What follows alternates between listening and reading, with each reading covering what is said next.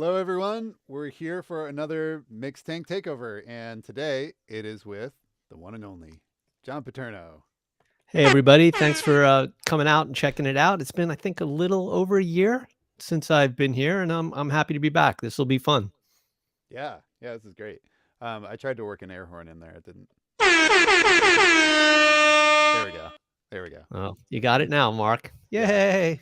It was actually in John's rider that I had to play an air horn when he came in, so I kind of messed that up, and I'm sure going to hear about it afterwards, but It's all right. It's okay. doing my best. Yeah, thanks, Mark. You always do. Nice. Cool. So, yeah, it's been a year since your last one about. So, Yeah.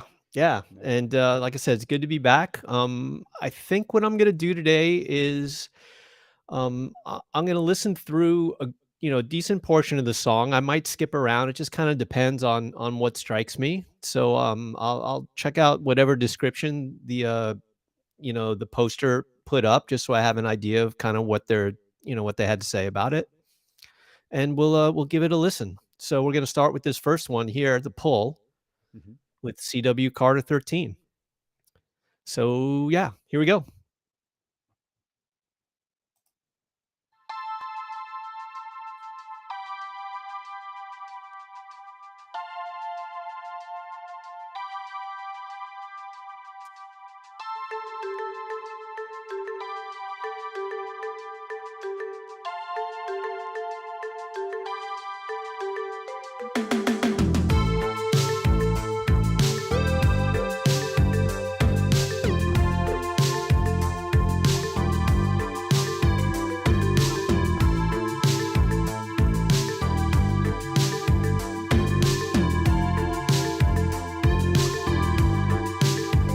I wake up in the middle of the night.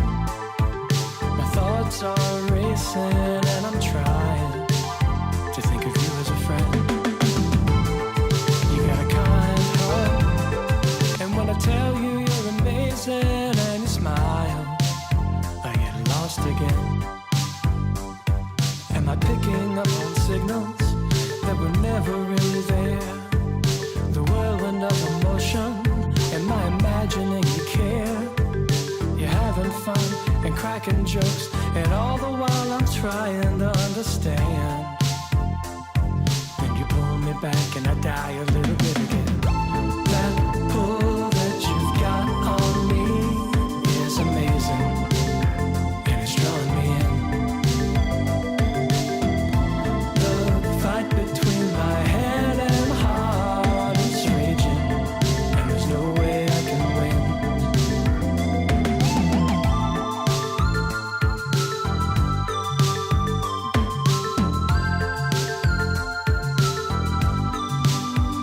And I can see the beauty in the world that you've opened my eyes. The fight between my head and heart is raging, and there's no way I can win.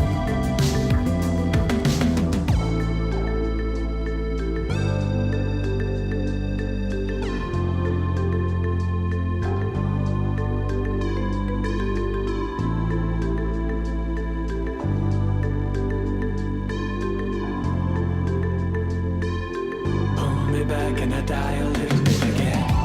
That pull that you've got on me is amazing. Okay, a lot of cool ideas on this.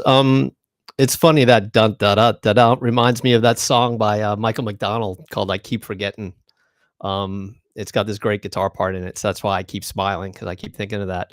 Um, the song's got a pretty interesting kind of 80s kind of feel to it that I really like. It sounds and feels retro. I don't know if that's what you're going for, but it's coming across that way. I think in a good way. Um, tonally, it might be nice if it had a little more top and a little more bottom overall, but I think you got all the right points in the mix as far as the detail goes. So the mid range all sounds really good, and I can hear everything really distinctly.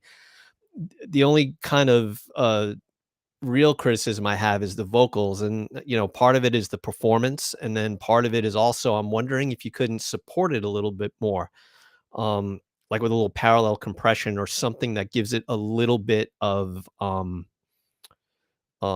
just a little bit more weight and a little bit more thickness. And again, some of that is performance related, but you might be able to bring a little bit of that out as well. So yeah, thanks for giving me the opportunity to give it a listen, and I hope my thoughts were helpful. So we are going to move on to the next tune.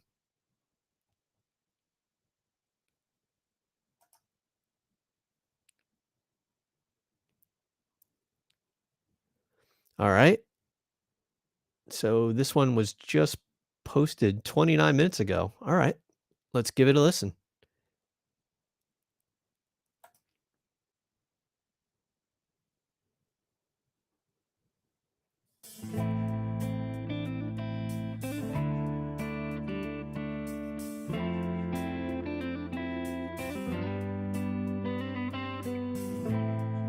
Is it getting better? Or do you feel the same? Will it make it easier on you now? You got someone to blame. You say one love, one life, one me in the night.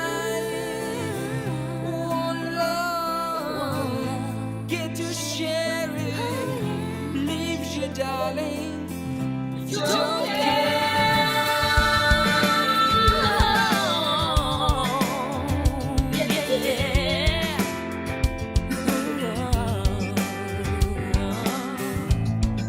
Did I disappoint you? Live a bad taste in your mind. Did I disappoint you? Live a bad taste in your mind. You act like you never had love, and you want me to go without. When it's too late tonight to drag the past out into the light. We're one, by the way, not the same. We got you. Carry each other. Whoa, whoa, whoa. Love, you ask for me to answer, but then you make me groan, and I can keep on and on to what you got, 'cause all you got is a heart. One love, one blood, one life. You got to do what you show. One life with each other, sisters and my brothers. One life, by the way, not the same. We got to carry each other, carry each other. Whoa.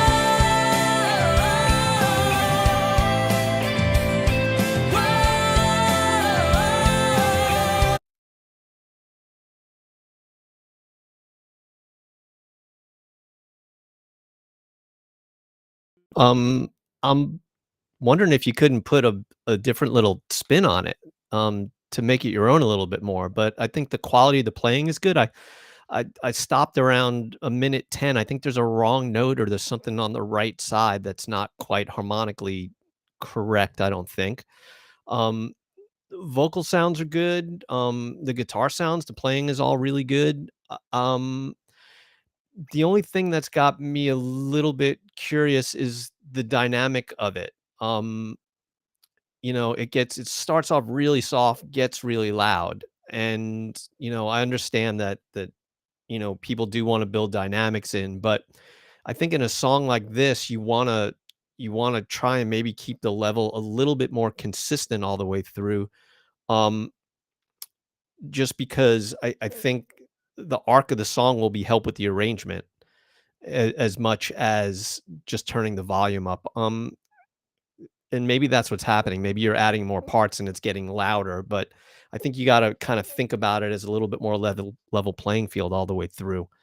And because at first I was concerned that the levels were too low, but by the end of the song, they're at a pretty much the right spot. So um, that's my 2 cents. I hope that gives you a little bit of help. Oh, the vocal sound too, like her vocal, uh, I don't know if it's a little compressed. It feels maybe slightly pinched. I wonder if you have compression going on, if you back it off just a little bit and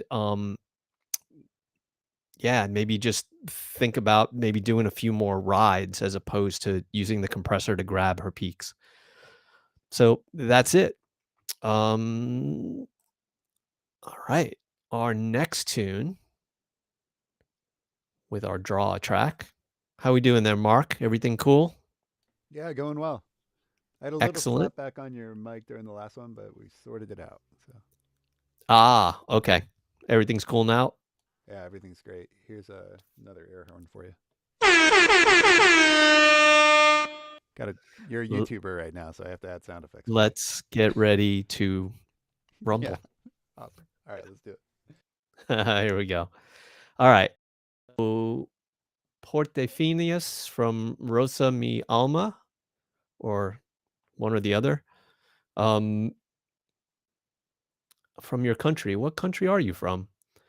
Well, we're going to find out. We're going to listen to it anyway. Here we go.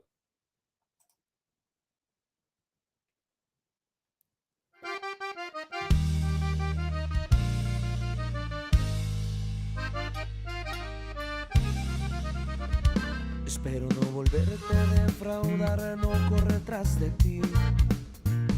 Espero que mi orgullo sea tan fuerte como el tuyo lo es. Espero que mi piel no te empiece a extrañar. Espero que mis ojos no te empiecen a llorar. Espero estar haciendo lo correcto. Espero no fallar en el intento de quererte olvidar. Espero que no me invada el miedo. Espero ser tan firme como lo eres tú. Espero que un año se pase volando. Espero no empiece a extrañarte tanto. Espero que no me vuelva un ciego y que pueda mirar la amarga realidad. Espero que mis labios no te nombren a diario. Espero que otro amor me toque el corazón. No quiero retractarme de haber perdido a alguien que no me daba amor.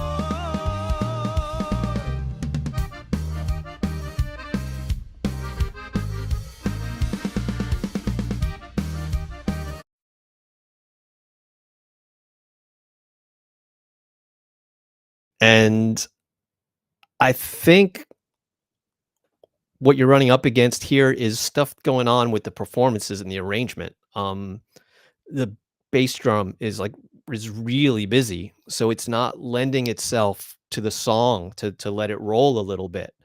Um, this kind of music has a kind of a really strong pulse traditionally, and it feels like with the bass drum pattern in particular, it's kind of taking you out of that groove. And then because it's taking you out of that groove, it probably doesn't feel like everything else is really fitting together as well.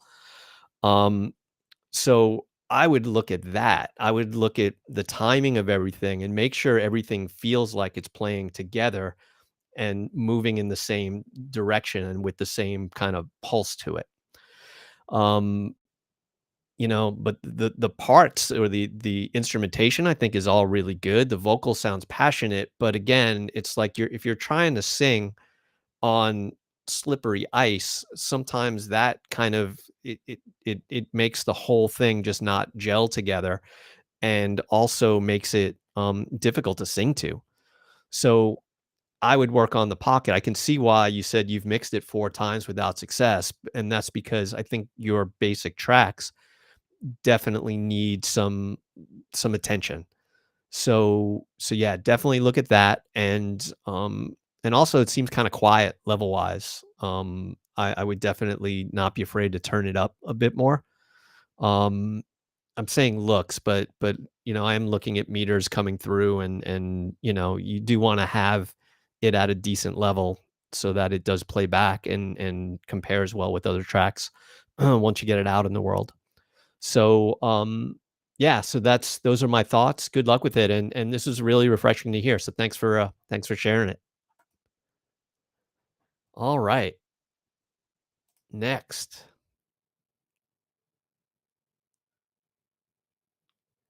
All right, Frank or Frank, Frank. Okay. Okay, ambient track. Let's see what we got going on here.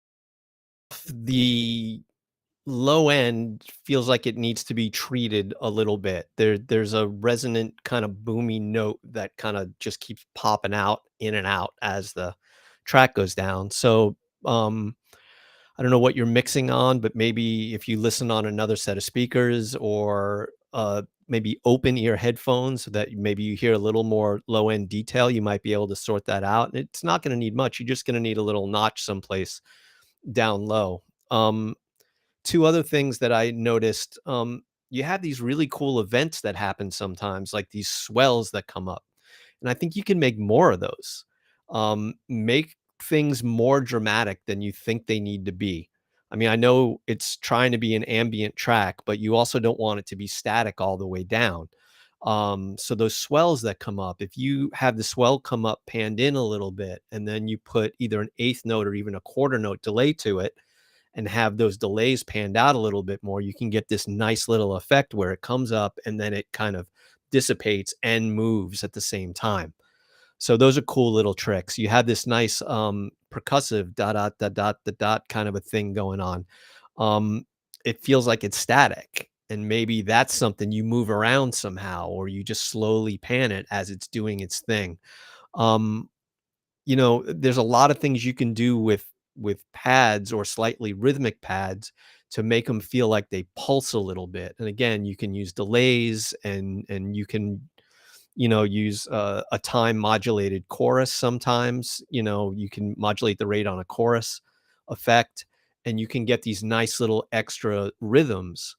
And I think that won't kill the ambience factor, but it will also add to the interest factor, and it'll make the whole thing kind of just fly a little bit more, which I think is what it wants to do. So, yeah, that's my 2 cents. I hope this was helpful, and, definitely take care of the low end. It's close. It really, really is. So, I'm not saying shave it, but just find whatever this one particular area is that's resonating, and just dip it a little bit. Excellent. All right. Next up.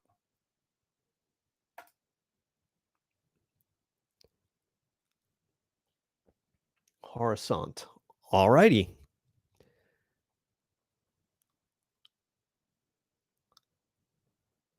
All right, Mr. Stein, let's see what's going on.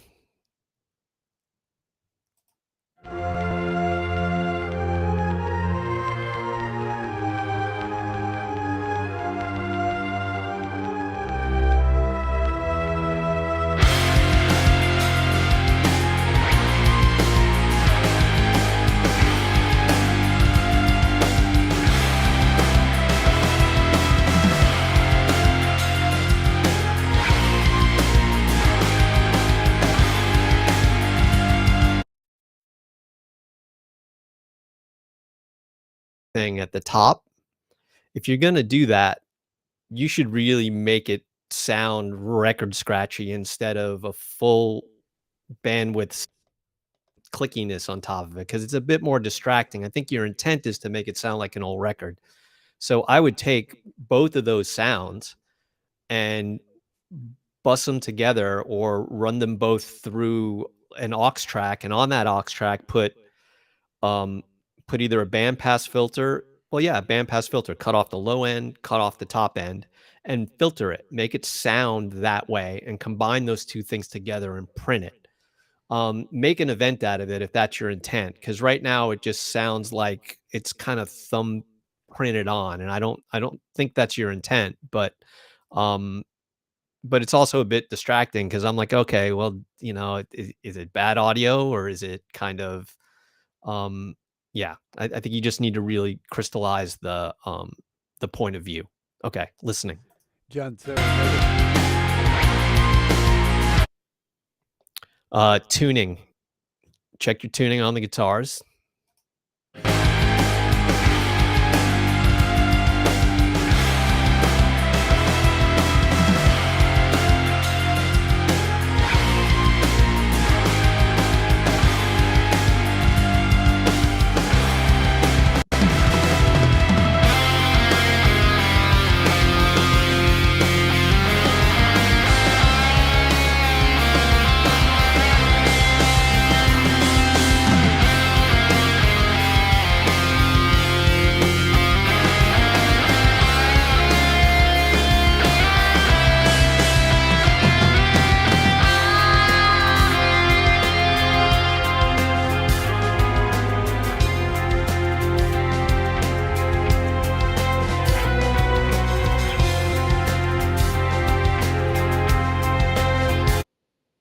All right, so what's going on with this string bit? Do you have one of those stereo wideners on, or an MS thing, or something that's trying to get it wider than the speakers? Because something sounds really phasey.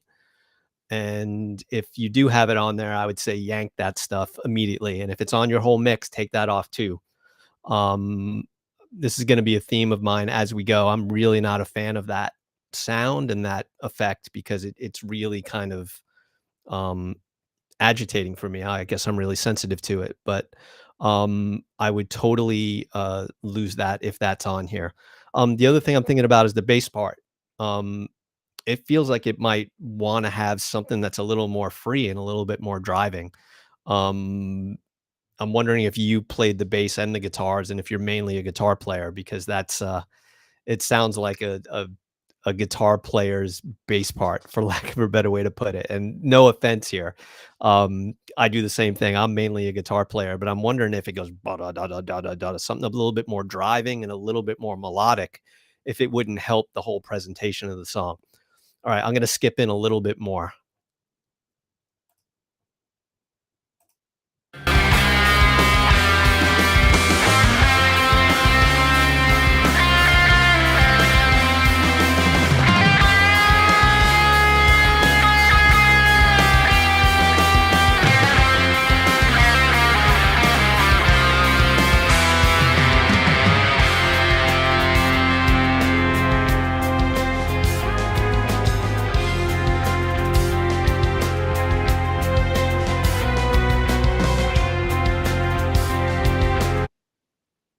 And that guitar solo tone, I'm wondering if it's a little kind of thick in the lower mids and also a little too sharp. So it might sound counterintuitive, but it feels like you got some type of resonant hump that you might want to get rid of just so it sits in the track a little bit better. And then I think it's just a little too fizzy, and you might want to just find some little area and just notch it out to address that. I'm going to skip toward the end and let's see what we got going on here.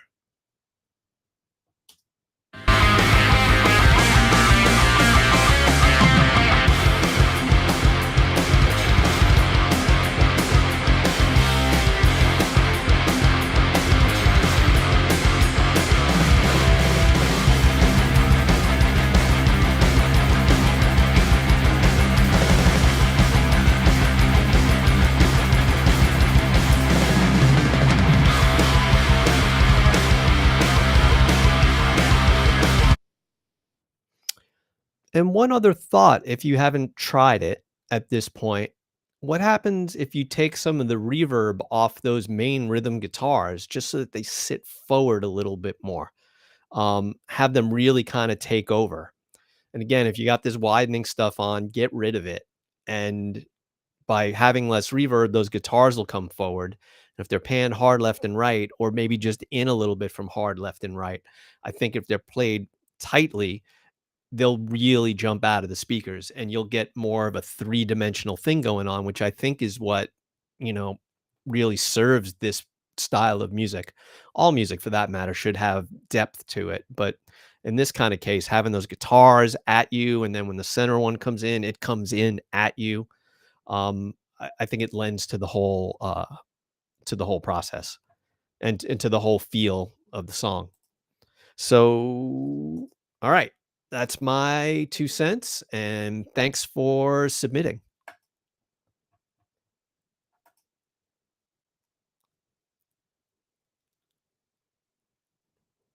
All right, so cool from Zach. Let's see what we have here.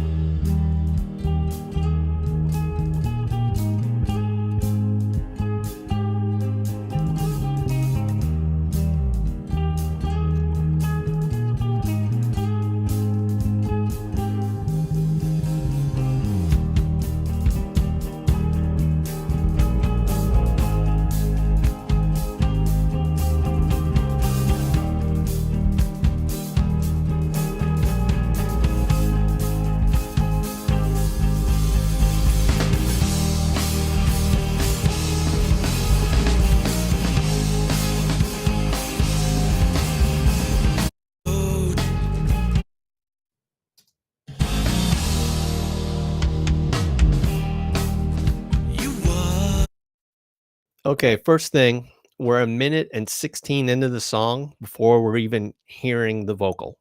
I think you might want to think about editing the intro. Also, when the drums first come in, there's definitely a few timing issues that you might want to consider.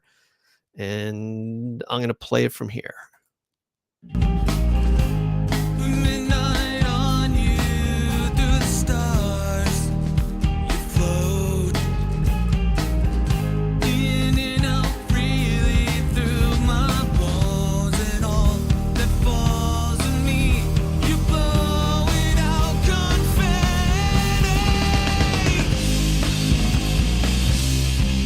You're so cool, cool, cool, cool. You're so cool when you're walking away.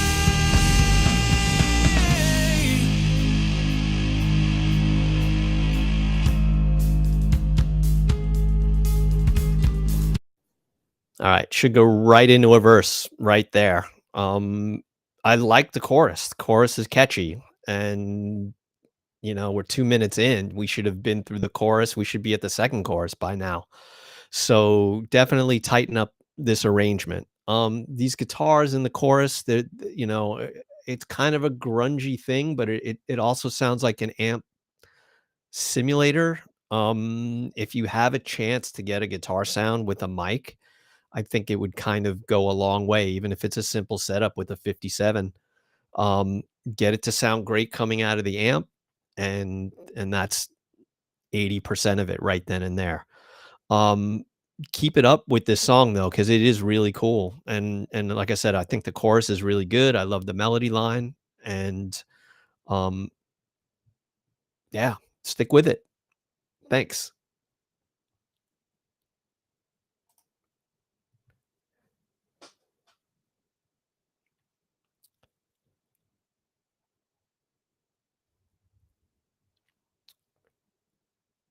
All right, let's see here. Final mix from Roderick Rodrigo. You thought that you could play with me, but boy, you don't know who you're playing with. Pensaste que no me daría cuenta de que tú me mentías, pero se te olvida that I am the queen of this game. I'll make sure that you understand that you mean nothing. Boy, you don't seem to understand that I've been playing you since day one. I knew you were just looking for fun, so I made sure I had my first guess. Tan difícil de entender. Yo nunca te vi como un hombre. I just want you to understand that to me, boy, you're just a toy. A toy, a toy, a toy. Baby, to me, you're just a toy.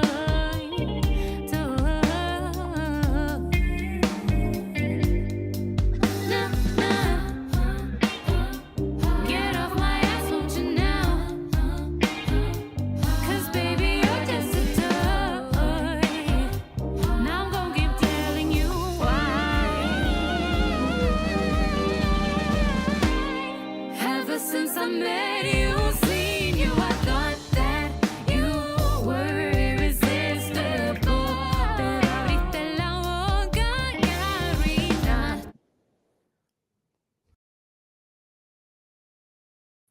This one I like a lot. I'm wondering if the main lead vocal, you could find a way to just make it a little bit bigger sounding. Make her the star attraction. It doesn't necessarily mean turn it up. It just means giving her a little bit more size, and maybe a touch of parallel compression. Maybe listening and EQing in a way that enhances and makes her sound taller in the track. The snare drum I would make brighter. Add some presence to it. It can take it. This track can take it. The keyboards, the stereo keyboard thing going on, maybe make a little bit more of that too, just with the maybe something kind of bright, just to kind of give it a nice little kind of halo over the mix. But overall, it's feeling really good. Maybe it's just the transmission thing. I'm hearing a kind of jittery, and it may just be a function of internet audio. But if you are using any type of stereoizing thing, I'd bail on it. So I think it's really on its way. You've done a good job here. So, all right.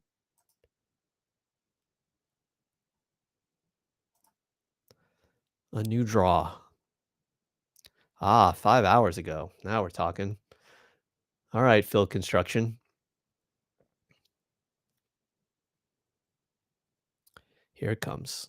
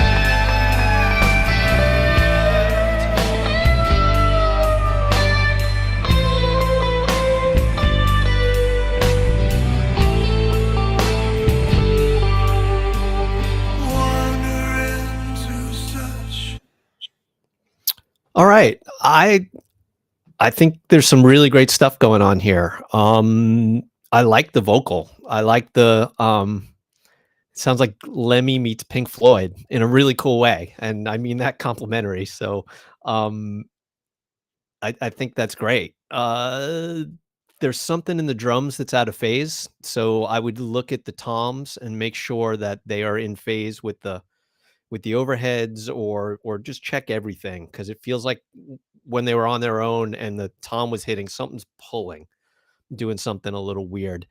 Um, the uh, the main kind of electric guitar, it's pretty compressed. You may want to either EQ it afterwards a little bit just to take away a little bit of the harshness, or back off some of the compression and just have it just kind of flow a little bit more. The acoustic guitar at the top, I'm wondering if that reverb can be tighter. It feels like the decay of the reverb versus the tempo of the song isn't quite really together. So I think if you tighten that up a little bit and maybe have a little bit less, I think if you do that, you'll be able to it'll just roll a little bit better. All right, let me go a little bit farther into the tune. In the house you built. Oh, and I really like the bass sound too. I think the bass sound is really good. It's played really well.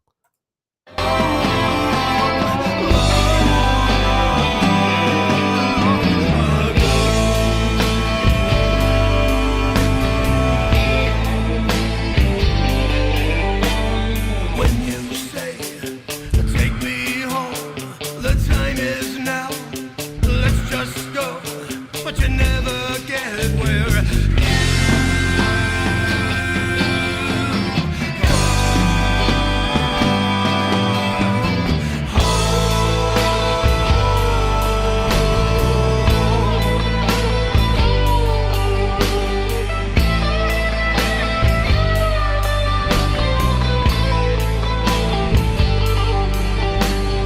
wondering about in a space so vast. Where am I?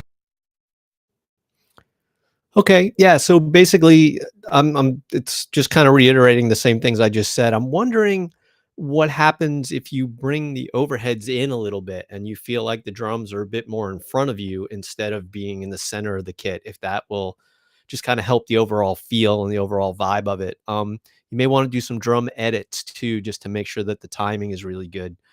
But but no, keep going with this. Yeah, I think your approach is good for the style of song, and just keep highlighting all the events as they go by. Um, Good job.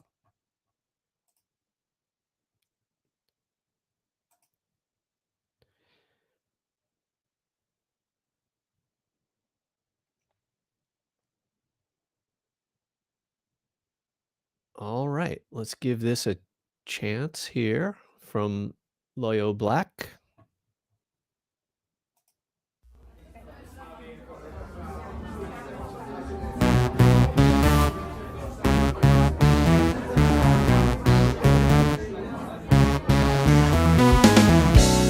Quizás no me escuchaste la primera vez.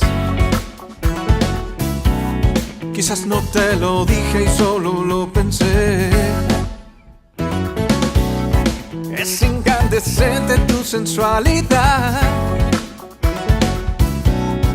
Quédate un momento y no seas tan fugaz. Detesto el tiempo que pasó sin tu amor. Es un silencio y luego es confusión. Estar contigo será mi religión. Llévame al paraíso. 3 deseos me fueron concedidos. El primero fue besarte la piel. El segundo, una noche contigo, seducirnos. Yes, Cuéntame un secreto, algo personal. All right, I like this tune. I think you got to mix it though. And what I mean is, I think you have all the elements in place to do a good mix, but you got to put it into the taffy machine a little bit and really kind of wrench some stuff out of it. The drums, for example, like I can hear everything, but I wish they had a point of view. I wish they had a little bit more snap. I wish there was a little room on them or something that made me feel like I was in some kind of a space. Um, I think if you do that, everything else will start to fall into place a little bit more. The vocal seems a bit loud and it feels a bit disconnected to the rest of the track. And, this is the difference between getting everything down and then having an actual mix of it. But you're on your way. Like, I really like the arrangement. I really like the parts that are there. The energy is really good. The performances are good. And so, um, I would pull everything down, go through all the sounds and give everything a point of view. I'm going to skip in a little bit more, see if there's anything else that I'm feeling like I need to address. Primero fue besarte la piel, el segundo una noche contigo, seducirnos, escondidos de todos los testigos, nos perdimos hasta el amanecer. I wish there was a 16th note pulse. Hi-hats kind of playing eighths. I wish there was a one end, a da da da da da da da da, something rhythmically that kind of kept the thing propelling forward. It could be a percussion instrument, it could be a tambourine that comes in the choruses. Like I said, this getting back to the drum thing, if you like the snare could be up a little bit, make everything an event. It seems like it's an up song. So definitely go with those things because I think that's where the strength of the song is. Let me just go a little toward the end. El primero fue besarte la piel, el segundo una noche contigo, seducirnos, escondidos de todos los testigos, nos perdimos hasta el amanecer. El tercero, ese es mi favorito, repetirlo.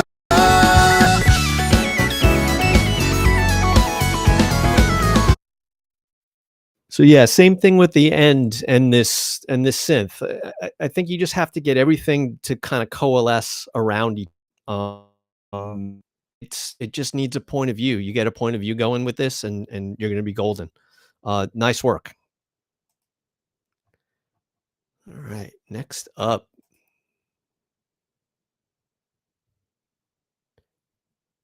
Too good to be true. Well, let's find out.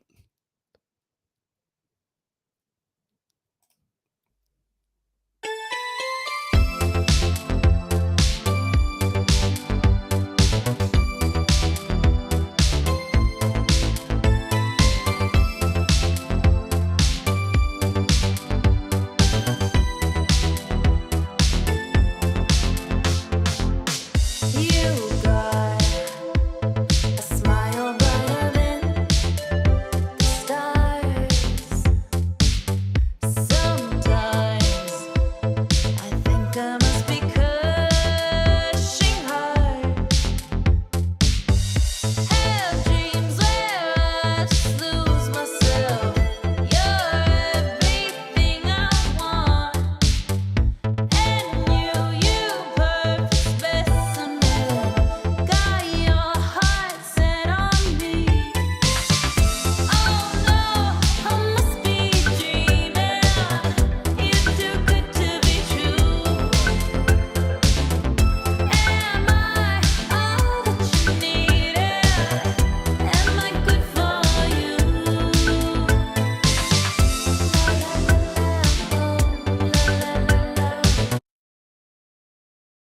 Smile. It's sounds like Human League a little bit. So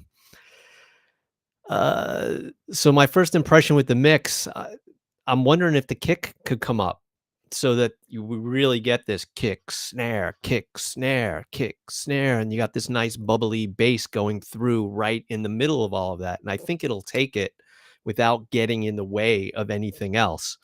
Um, the vocal, maybe it needs to come up a little bit. I'm gonna listen again. Thinking about the vocal because there's something that could be better. Let me listen. But all in all, it's a fun track right off the bat. Hypnotize me bound to you. Your heart deeper than the ocean blue. You're all that I can ask and more. What happens if you take that side stick kind of a sound and just get it off one side or the other? It sounds like it's going through a delay or something that's throwing it out, but it's also right on top of the vocal. So if you keep it just off to the side one way or another, maybe it leaves a little more space. With my problem with the vocal is I'm not really getting the lyrics, which I really want to be able to do. So it feels a little on the skinny side, and so it feels like you're adding top. So I'm wondering if you take some of that top off and just turn the whole thing up a little bit, if it just has a little bit more size and a little bit more presence.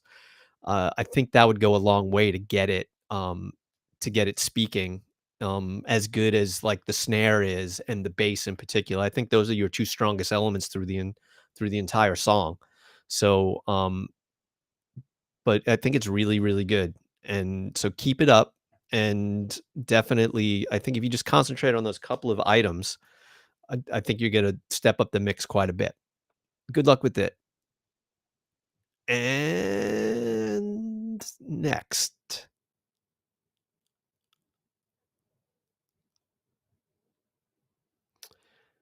All right. This one says early mix. All right. Let's see what early mix does for us.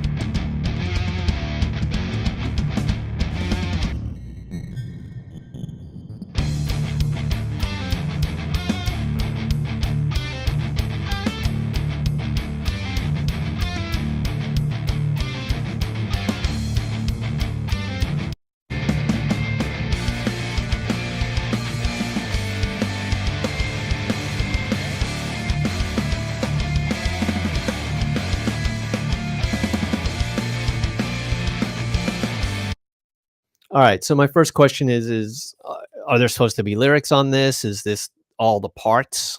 Um, I it's kind of hard to comment because it doesn't feel like it's complete. I will say though, it needs more low end. It needs more bass. That as far as like if it was just a basic rhythm track, that's what I would be thinking about is making sure we have bass and making sure the thing extends down a little bit. Guitar sounds are cool. I like that they come at you, and but I think it needs. I think just as a song, it just needs a little bit more development even before you get into the mix stage. Hey Mark, how are we doing on people have questions, comments? Do we why don't we just take a minute or two and just kind of see where we are? Yeah, it's going super well. Everybody's having fun in the comments. Awesome. Yeah, how are you doing? I'm doing great. Weird. I'm doing great. I And just thought maybe we take a few minutes because if stuff gets backed up, I want to if people do have questions or comments worth hearing, yeah, I just want to make sure we get to them. Yeah. yeah. Well, some people are asking how to submit a track. You guys can go to puremix.net. There's a up in the menu bar, you'll see something called Mixtank. You can submit your track there. This is for pro members, so people who are subscribed to Puremix. You guys get access to Mixtank as well as all the videos on the site and our plugin suite over at process.audio and our mix commenting review system called mixup.audio. So for everybody asking, that's where it's coming from. Some people were asking how tracks are chosen. That's all happening at random when John hits draw a track and you see the confetti. And then I keep wanting to do this every time you do it. I fit in 3 so far. Oh, That's okay. 3 Thank for you, money. Mark. Yes. Yeah. Yes. As you just scared everybody away. Yeah, exactly. Yeah, exactly. This will be more YouTubey. So There we go. Perfect. there it is. Mhm. John's vocals way louder than mine. Let me. There we go. Sorry, guys. We're getting mixed comments on our All broadcast. right. Perfect. This is Yeah. great. Nice. Yeah. So, yeah, John's like going through listening to random tracks, and while he's doing that, if you guys want to do a little Q&A later, you can put your questions in the YouTube comments, and I'll save them. And then next time that we kind of take a break here, we can ask John some questions. So, yeah. Perfect. All right. Yeah. All right. We'll keep moving forward. So Awesome. Yeah. let's draw another track.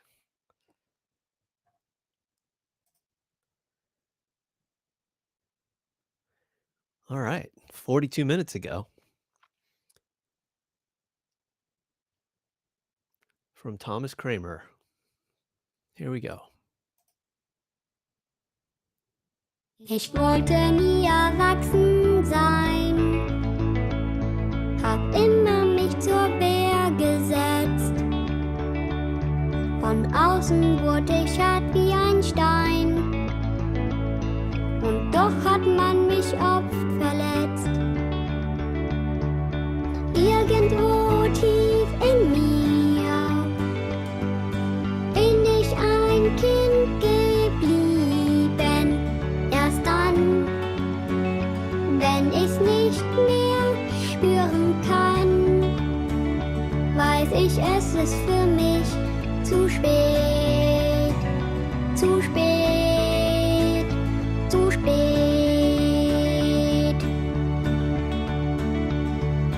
Unten auf dem Meeresgrund, wo alles Leben ewig schweigt, kann ich noch meine Träume sehen.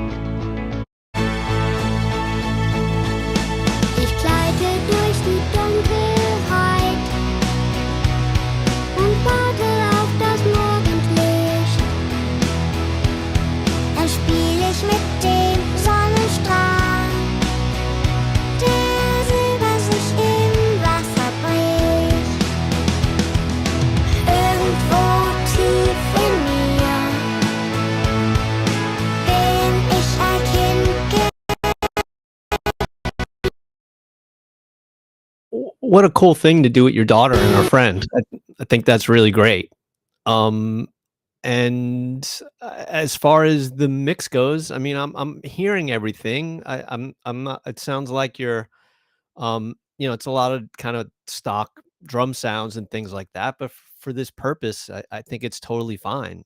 And the arrangement seems like it's good. The guitar parts all seem good. I mean, there's nothing that's sticking out to me as particularly kind of like, oh, this needs to be addressed. It just sounds like it's a great project for you and your daughter, which is awesome. So yeah, that's my 2 cents.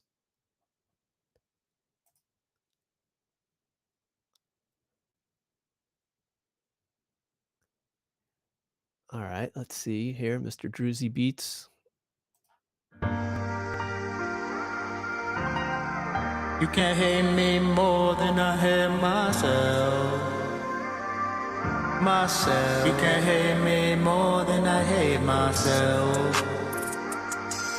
I'm better than you, see the H on my belt. Play the bluff game with the card I was dealt. I go with the flow while you play show and tell. In your way, in your maze, I'm making my way. Don't worry about breaking my bank. Getting money, making more. Always with the bunny, always 20 after 4. Running out the door, I'm better than your bro, he's a bore. Act like you don't know, I'll beat up your man, bitch, get him a stove. Run his ass up, so I can throw him out of the stove.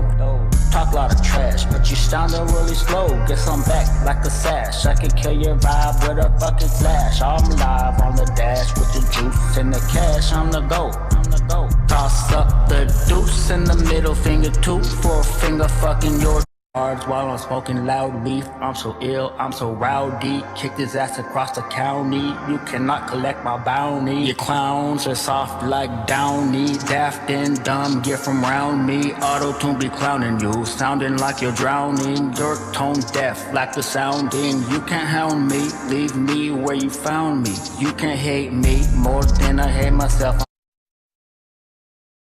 I like this. I think you can just tighten up some of the rhythm stuff on your vocal performance. The singing at the top, I was a little unsure about just with the pitch, so maybe tighten that up a little bit as well. But the body of the song, I mean, I'm hearing all the words, the delivery's good. It just feels like it needs to groove just a little bit more. But I'm into it. I love the sound of the low end, and the vocal sound is good, and I think it's just rhythm and performance really, and I think you're well on your way to something really cool.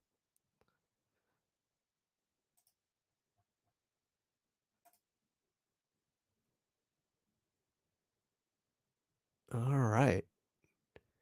Peter Bellevue.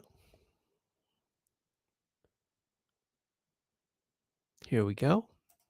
Makes you feel like a man, to and fro, like getting pocket aces twice in a row. Lone Ranger with his peacemaker, like throwing sevens on every dime. Every move just feels so right. When I hold her in my arms, I feel like a liquor dog.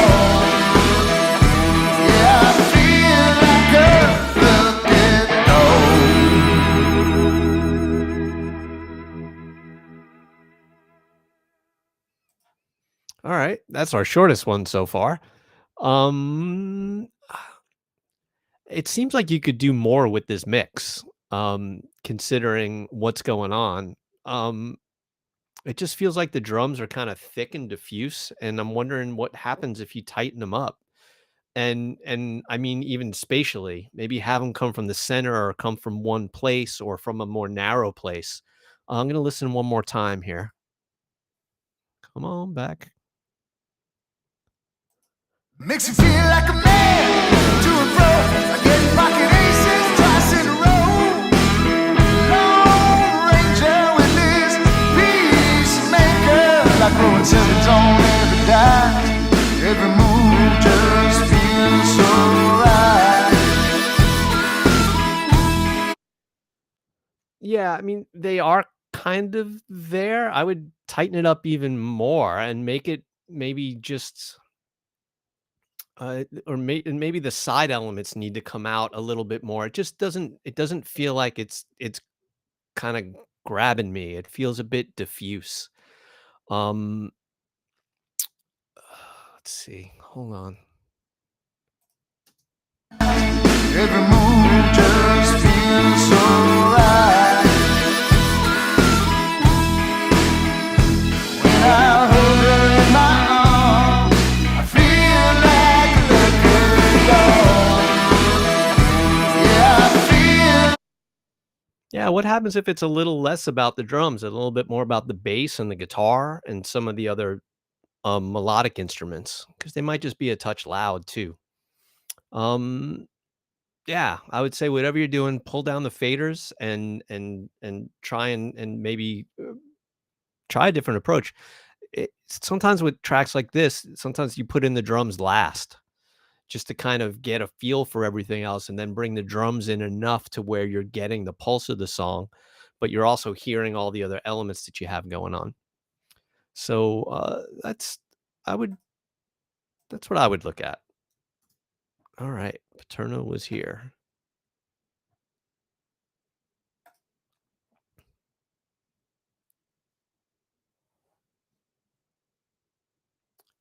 Did we do this one already, Mark? Yeah, I'm pretty sure that we hit this one. Oh, maybe we listened to it earlier before we got started. Oh no, there it is. I was here. No, yeah, you were All there. right. Yeah. Draw it again. Draw another one. Oh, I was think here you listened again. to that one too. Yeah. Yeah. Here we go. All right. New one from 9 days ago. All right.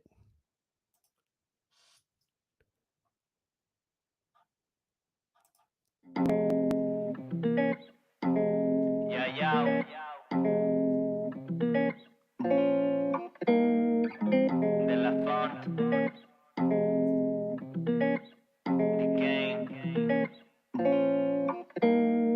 Válida como si hubiera visto un fantasma. Camina al ritmo del bombo en las palmas. Saliva latina salvaje busca. All right. Right off the bat, like the guitar sample's really cool. I love the tone of it. I love what it's doing. But when the band hits, that low end should feel like it's deep, and the hi-hat and stuff should be kind of bright and chimey. It should really be a contrast right there. You got a real opportunity to really make it explode, and you didn't. You kept it kind of small and in the mid-range. All right. So listening on from here. Ansia, qué fácil perder la calma. Válida como si hubiera visto un fantasma. Camina al ritmo del bombo en las palmas. Saliva latina salvaje busca distancia. Qué fácil perder la calma. ¿Cuál es tu cualidad? Que por casualidad en mi guarida no cabe más que soledad. Y eso que se le da por la ventana. Luego se queda. Yeah, check out that that rap tune I just did a song or two ago, whatever that was. And that kind of low end would serve this kind of song really well. It could be thick and distorted and kind of nasty. I think it would handle it, especially with the delivery of the vocal. So I would totally look at that. Make the thing explode. Make it explode out of the speakers. And that's what I'm thinking.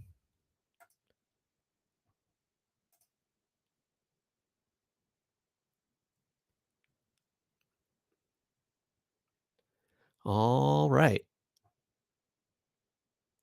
Here we go. What do we got here? Still some work to do on the automation of the vocals. All right, here we go.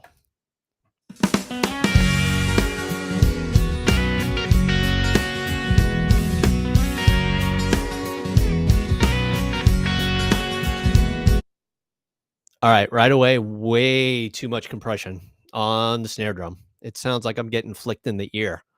It doesn't sound musical at all, and I would really consider rethinking my drum approach because of that.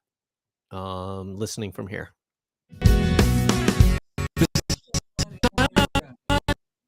Shining and I hear cheerful sounds and know it feels alright. Yeah, the drums are just way too compressed. If you're using a drum bus or a drum parallel, just mute that sucker. It doesn't need to be there. Let the music breathe a little bit. Clouds that float around my head, they used to make me sad inside, but now it feels alright, yeah. I feel it burning on my skin, I feel it burning deep within. The sun is shining and the world I see is colorful and bright.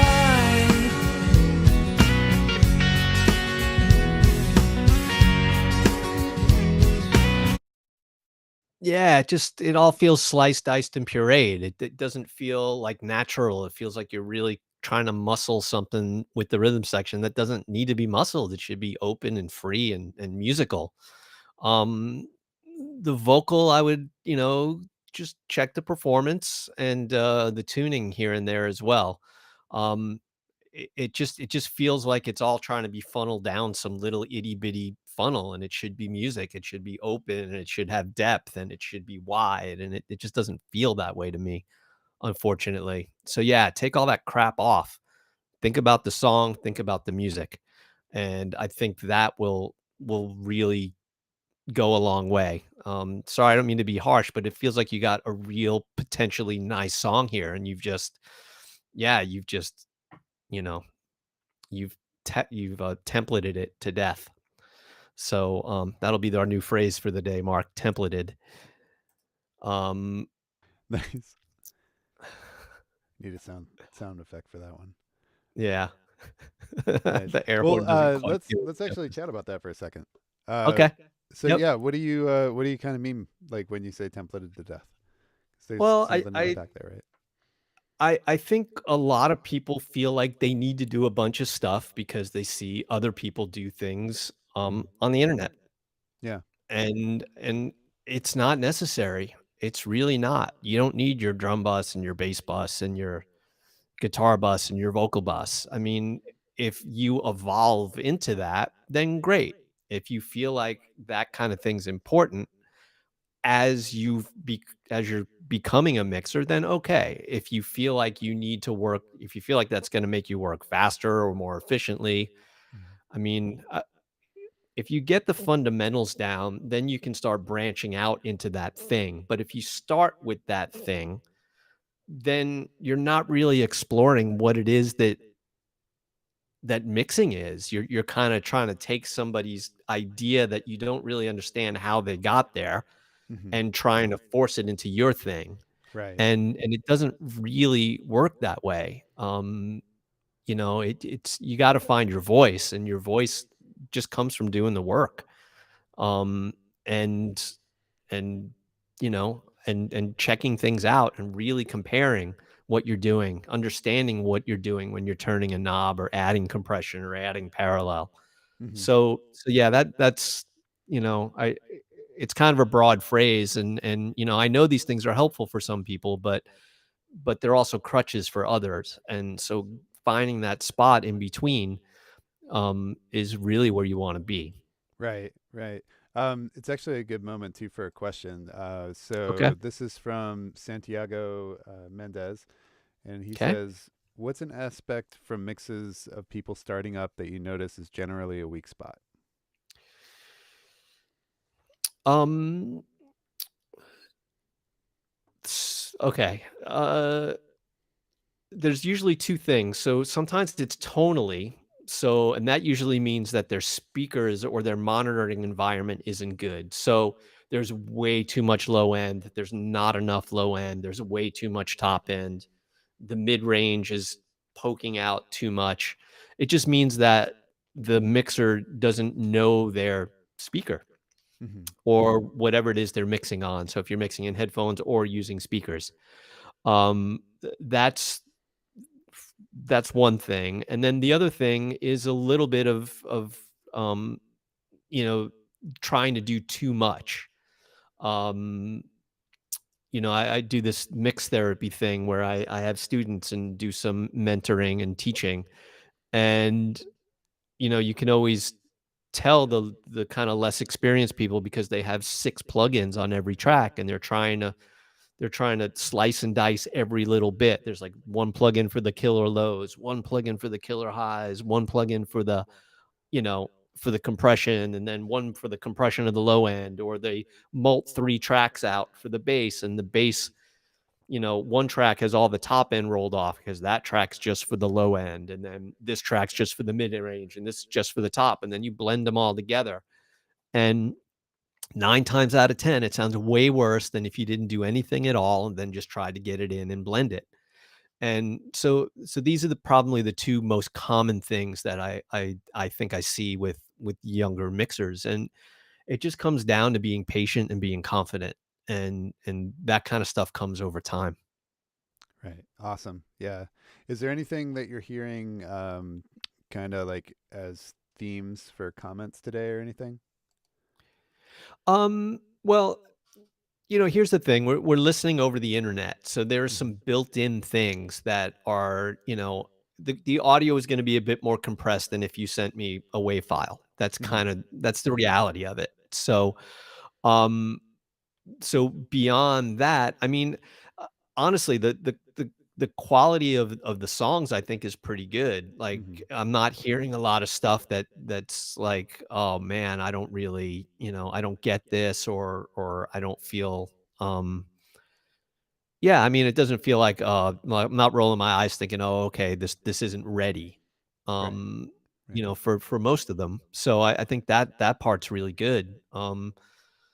Everybody's kinda over the map with levels, and I know, again, like, that's one of those things that the internet talks about, And, some people are so afraid that they're going to get the levels wrong that they're not mixing their music. Hmm. And, so if you're going to err on something, make it too loud. Honestly, don't, this is the other thing, the new mixers, circling back to that question. People are too afraid. You're afraid you're going to make a mistake. And I say mix with abandon and make mistakes. It's the only way you're going to learn. Mhm. And you might discover something cool in the process. Something that I started doing, even for myself, was every time I open up a send, instead of having it default to all the way down, I have it default to unity gain Yeah. with the channel. So when I hit play and I set up a reverb, that reverb comes screaming out at me Right. every time. I stole that one from And you, by the way. well, I'm glad it's helpful, because Yeah. I what it does is it just gets you out of this safe mindset, and the majority of us approach this safely. And I Mhm. mean, there are those that are just, you got to pull the reins back on, but most of us are going to be really conservative with what we're doing. We're afraid we're going to make a mistake. Motorhead used to have this saying, make everything louder than everything else. And I think there's some real wisdom in that, because Mm. it makes you unafraid. Mhm. And so yeah, push something too loud. I mean, and print it, take it out to your car or wherever else you listen. And, if you screw up, it only sounds bad. It's not like brain surgery. It's not Right. like anybody's going to get hurt, Right. except maybe your dog or cat if you get the right frequency. But it's a whole other story. So yeah, I think that's Yeah. yeah. Awesome. Good Yeah. words of wisdom for sure. Well, Yeah. thank you. Nom Pro in the chat says, "Leave your comfort zone." That's a good one. Yeah, exactly. Push it. Yeah, Yeah. if you're bored mixing in stereo, mix in mono. Yeah. It's another fun thing to do, make it sound really good in mono. Don't be afraid of where you're turning things. And that's the other thing. Yeah, just to touch base a little bit more on this. It's like, close your eyes when you're turning knobs. Don't look at it, Right. because you'll be surprised when you just close your eyes and you're like, oh, that's right. And you've added 7 dB of gain on a particular frequency. Right. Who Yeah. cares? Like my I brain mean, wouldn't have let me do that's that. what it needed. Yeah. Yeah. Yeah. If you know your speakers and you trust your speakers, and, that's add the 7 dB. It needs it, Right. and it I find that's one other thing with newer people, is that, yeah, you're too afraid to kind of to push it and pull. I mean, coming up on a console when you're listening on speakers and that's it. I mean, you're gonna take 6 dB on an API EQ at 3K. Yeah. No problem. Yeah. No I problem find at it all. interesting Why? too. Because that's what it needed. Yeah. Yeah. And we have save as now too, whereas before you were a lot more, glued to those decisions. Right. Oh yeah, completely. And and I mean, I'm talking about in tracking. It's like Yeah. I'm adding 6, 8 dB on something sometimes just to get a sound so it works with everything else. Right. And Right. but that comes with time and experience. And yeah, I'm sure there was a time of being conservative, but you came up under engineers who were just, they were wrenching on it. It didn't Mhm. matter. It just had to sound great, and it had to sound great right away. Yeah. So yeah. So all of those things I think will definitely are worth considering. Yeah. Awesome. All right. We had a question in the chat Mhm. as to whether there was loudness normalization on Mixtank, and the answer for that is no, if you were wondering. So you're hearing the mixes back as they Yeah. were sent in, so they're all over the map there. So. Yeah, I would guess. Yeah, I would guess based on just everything that's come up so far, I would say that's absolutely true. Anyway, so Awesome. all right. So we've done Silver Tongue Druzy already. Let's see who else we got here. This one I did as well. All right. It's 100% random. Yeah. All right. Here we go. Yell. All right. Let's see what Yell's all about.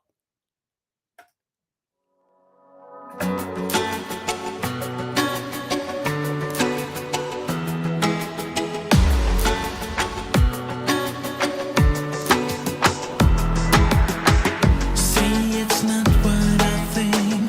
Tell me it isn't true. Too late to deny the change in you.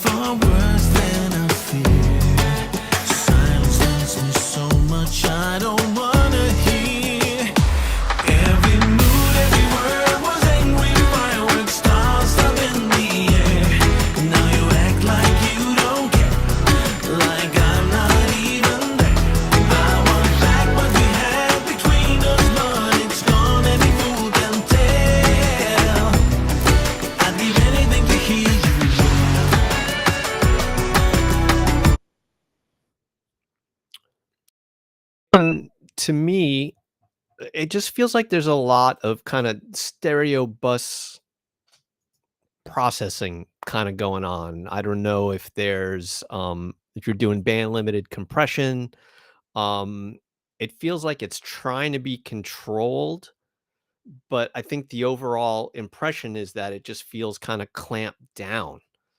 Um I wish it felt more more expansive as opposed to being so compressed, because it makes it feel smaller. You have opportunities in this mix for depth. And if you're squeezing it too much, you're gonna lose that. Like, it would be great if that kick went boom and felt like it had a little shape to it. And because there's so much compression, it doesn't really feel that. Um, and so it feels like it's limited EQ wise and then also depth wise and dynamics wise. Let me skip in a little bit more and see what happens from here.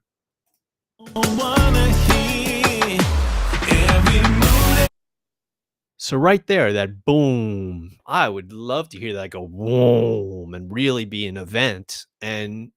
But because you're clamping down on it so much, you lose it. It just sounds like, again, like a little flick. It doesn't sound like it has any power or any girth to it. I think if you loosen up that stuff, and I'm not saying this is easy, right? This is where the work comes in for mixing. You have to keep kind of going back and forth in a way between thinking about the details and thinking about how it sounds from the listener perspective. And when you put things in as events, they should be events. And this goes back to our not being afraid comments, like that boom, man. I want to feel that, because that's setting you up for the next chorus. And then that downbeat should feel like it explodes for a second. And it really doesn't. Here, let's play that little bit one more time. I don't wanna hear every mood, every word was angry, fireworks, stars. So I think it's a cool song, and I think there's a lot of potential here, but I would definitely scale back all the stuff and think about the music, make it feel musical and not feel like it's trying to sound like everything else or something else other than it is. So, all right. Paterno speaks.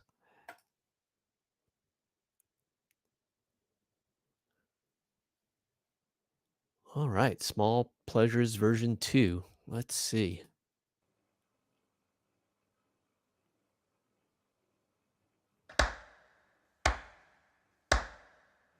Na na na na na na na na na na na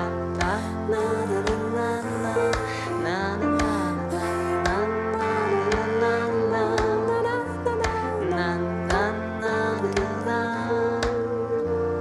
Pozwól sobie wędrować, smakować, być jakbyś mogła i chciała. W jednej chwili pozwól sobie wędrować, smakować, być jakbyś mogła i chciała. W jednej chwili małe przyjemności dziś, małe przyjemności dziś, małe przyjemności dziś, małe przyjemności dziś. Pozwól sobie wstać rano, napisać wiersz, odważ się wyjść naprzeciw każdej. It's a really fun vibe. I'd like to hear a little bit more distinction between the bass and whatever is functioning as the kick drum in there. I hear two things, but it would be nice to be able to just hear them with a little bit more separation. And any area you can take advantage of a volume swell, like going into this verse, you had the horns come in. That might be kind of cool, just to kind of give it a little bit more of a lift, so you're feeling like the song flows a little bit more. I think I'm gonna go in a little bit farther. Let's see what happens at this break.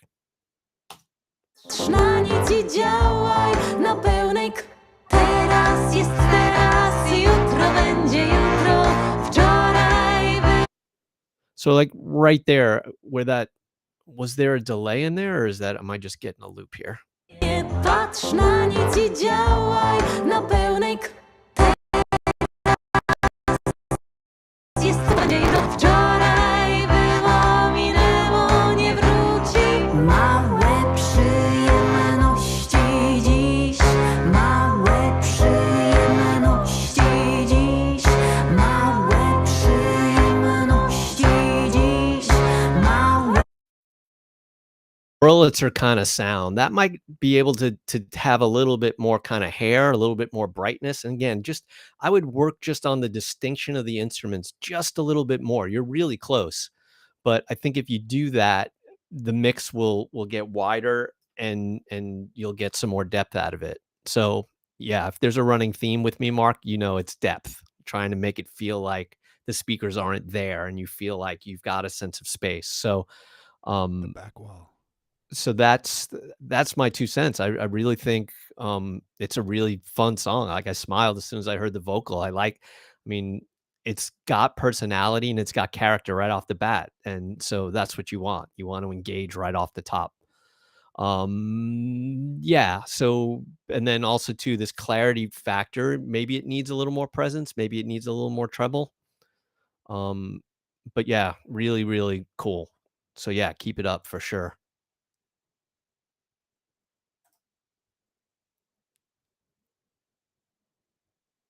All right, this one I did.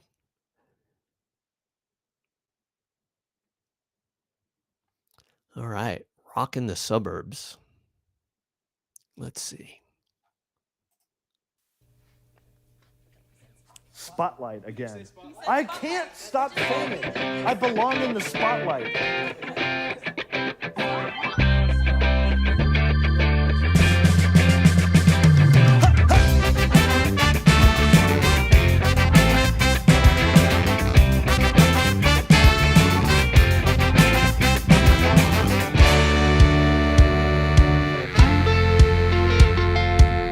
Let me tell y'all what it's like being male, middle class, and white. It's a bitch if you don't believe. Listen up to my new CD, Shaman. I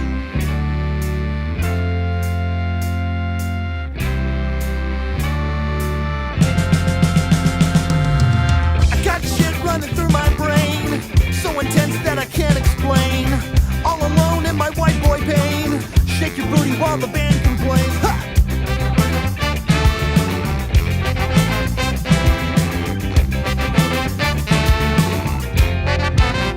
I'm rocking the suburbs, just like simple-minded dead. Rocking the suburbs, except that they're more talented. Rocking the suburbs, take the checks and face the facts. The some producer with computer fixing all my shitty tracks. Ha, ha.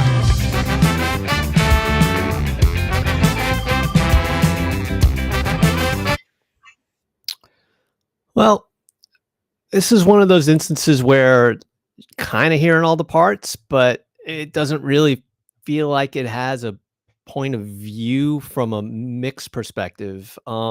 There's definitely some timing issues with the drums that I would address. I'm going to go in a little bit farther. Girl, give me something I can break. Rocking the suburbs, just like Cartoon Network did. Rocking the suburbs, except that they're more talented. Rocking the suburbs, take the checks and face the facts. But some producer with computers fixing all my shitty tracks.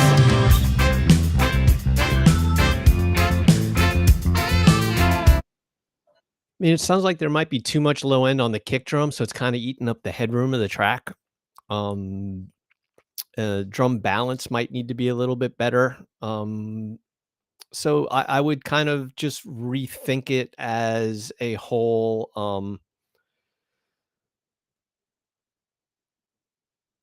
sorry, I lost my train of thought. But just kind of rethink it as um, a, finding a point of view behind it. Put some effects on the drums. Let's feel like there's some space on them. When the horns come in, they should really pop. And it feels like something else comes in that chorus that's kind of overwhelming. So there's some things that are kind of eating up your headroom and eating up your space. And so I would identify those things. Like I said, the bass drum and the low end being one of them. And I would look at those and kind of clean them up a little bit. And it doesn't mean to make it brighter per se. It just means to kind of figure out what's going on in the lower mids and making sure you can hear the space around things. So that's kind of my 2 cents. And a little Paterno was here. John, you said something interesting in there that I think might be worth taking a second on. Okay. And I think it's come up a couple times. You mentioned that it felt like it didn't have a perspective from a mix standpoint. Do you want to Mhm. elaborate on that a little bit? Yeah. When you listen to a lot of commercial releases or a lot of our favorite records, some of it is it's just a function of the time and when they were done and how they were done. A bunch of people in the room playing at the same time, and because of that, it has a similar perspective because everything was done all at once and it's filtered through one engineer and one producer and that kind of a thing. Um, when we're doing things on our own, when we're not doing things with a group of people all at the same time, I run into this when I mix records for, the pass around records where there's the drummer does it at his place and the bass player does it at her place and the keyboard player does it at his place and the singer does it at her place. And then I get it to mix. Mm-hmm. And, no one's really thinking about the interaction from a sonic perspective of everything. Everybody's got their cool sound. Oh, this is my sound, Mm-hmm. but they're not always asking, is this sound appropriate for the song? Or they're not given direction Right. as to what, because a lot of the times it's like, oh, just play a part on there and you just play a part on there. And, if you're not really aware of the way it's all being put together, it just starts sounding like a weird hodgepodge of stuff. So Mm-hmm. when I talk about point of view, I'm talking about how should the end listener be receiving this? And sometimes it's a matter of putting everything in a certain kind of reverb Mm-hmm. or adjusting the tone on each instrument so that they feel like they have the same perspective in the record. So say there's 2 or 3 different guitar players on this. This is a kind of a more dramatic example than you would find, but one guitar player's got a ton of lower mids on their track. One guitar player is really bright and thin, and the other guitar player kind of sounds reasonable. So you put up all those 3 tracks, and the one that's kind of thick, that one's always going to stick out more and feel like it's sitting more in front than the one that even sounds like it's got a nice tonal perspective all the way across. And that's just a function of how it eats up the headroom in the track. It's a function of how just how it's going to speak against everything else. So once you start making those 3 guitars sound like they were done at the same time or in the same room, you'll find that everything kind of becomes filtered through you as the mixer, Mm-hmm. and then it has its own perspective. That makes Awesome. sense? Yeah, totally. Okay. Yeah, with a nice bookend too. All right, good. Yeah, Good. very good. And yeah, so that's why I'm kind of, this song kind of seems that way. It's just like if you go through everything and kind of imagine it being done at the same time, you put the same perspective on it, and then it's just not the drums that were done here and the bass that was done there. Suddenly it's been filtered, Right. It's like DJs in the old days picking the records to play on the radio. It's like you got the good stuff because somebody kind of pre-listened to it all. Right. And not saying that was always the right thing to do, but it was something that at least kept a style. That's why Yeah. DJs had styles back in the day too. Right. That's a right. weird segue, but all right. Yeah, we've talked about, and it comes up on almost all these live streams. But yeah, just moving with intention, and you and I have talked a lot about intention before too. But Well, yeah, and I wrote about it in that last newsletter that I Yeah. wrote too, because it's important. It's important. And a lot of these things too come from listening to a lot of other records, and not necessarily throwing the other record on and A-Bing it the entire time and going, oh, I'm going to make my thing sound like that. That's impossible. But you can get the spirit of something and translate it. You can listen, from the perspective of space and go, oh, that record feels like it's spacious. How do I get my record to sound like it's spacious? Right. It's not copying EQ. It's a matter of just kind of thinking about the way everything interacts. Yeah. Yeah. Well, speaking of that, we have a question from Tolentino, and Okay. he asks, if a jazz mix is made, how can I add a vocal to it and have it sit properly? Thanks. Okay. So if the mix is done already, Right. so I would suggest, well, doing the vocal, obviously, and so ask yourself what the perspective is of the mix. Does it feel like the singer should be in the middle of the mix? Does it feel like the singer should be out in front of the band? Because that would inform, your microphone choices or how close you have the mic to the singer. If you already have the vocal and you're trying to make it go in there, then same thing. It's just like, what's the relationship of that vocal tone to the thing that already exists? And you got to try and find a way to make those two things work together. So you do that with reverb. Listen to the reverb that's on the track. If it's a jazz tune, then yeah, maybe you want it to feel like it's in the same space. But it depends on the type of jazz. So, kind of a complicated question, but I hope at least that gives you a couple of ideas. Yeah. And but what you don't want to do, because it's very easy to just feel like you're just thumbing that vocal right onto this existing track, and sometimes then you end up doing a lot more rides. Take the time to do vocal rides. Take the time to kind of really make it work. You have to put the time in to do it. Yeah. Yeah. I can't skip over that you started with the distance of the singer to the microphone. That's how far back you thought, and I love that. Well, yeah, because if you get the vocalist up too close, if you're using a cardioid mic, which most people do, you're going to get proximity effects. So you're immediately going to get chest and size. And if the band feels like they're back, and you get the singer with all this chest, the perspective is going to be off right off the bat. Yeah. So, and sometimes it's just a couple of inches. I'm not saying be like 2 feet back, but the difference between it being buried, the singer burying into the mic versus, a hand width or, 6 inches back. You look at these pictures of Al Green, when Al Green used to record, the mics were kind of up. And that was a whole style in the 60s. The mics were never really in front. Singers didn't really bury their faces into the mics.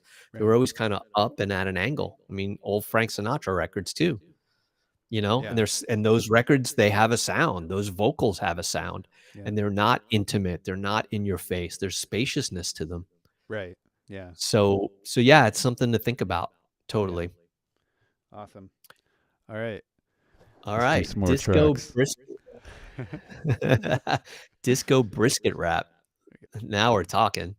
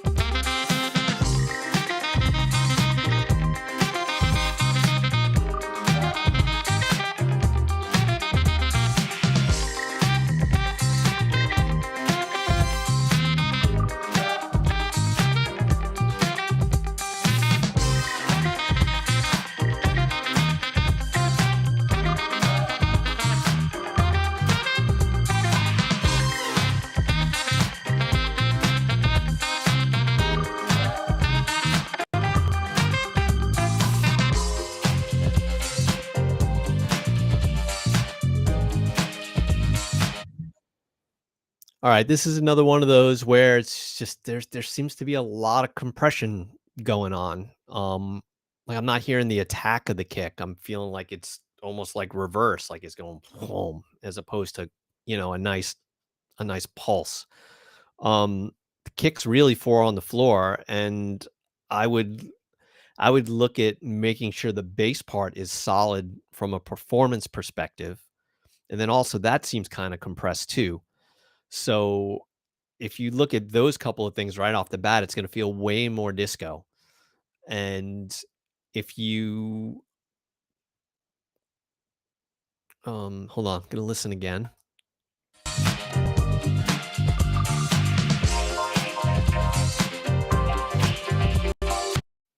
So even right there, some of the phrasing could be tied to bum bum bum ba bum. It feels a little lazy. And in this kind of song, you don't want you don't want the bass to feel lazy.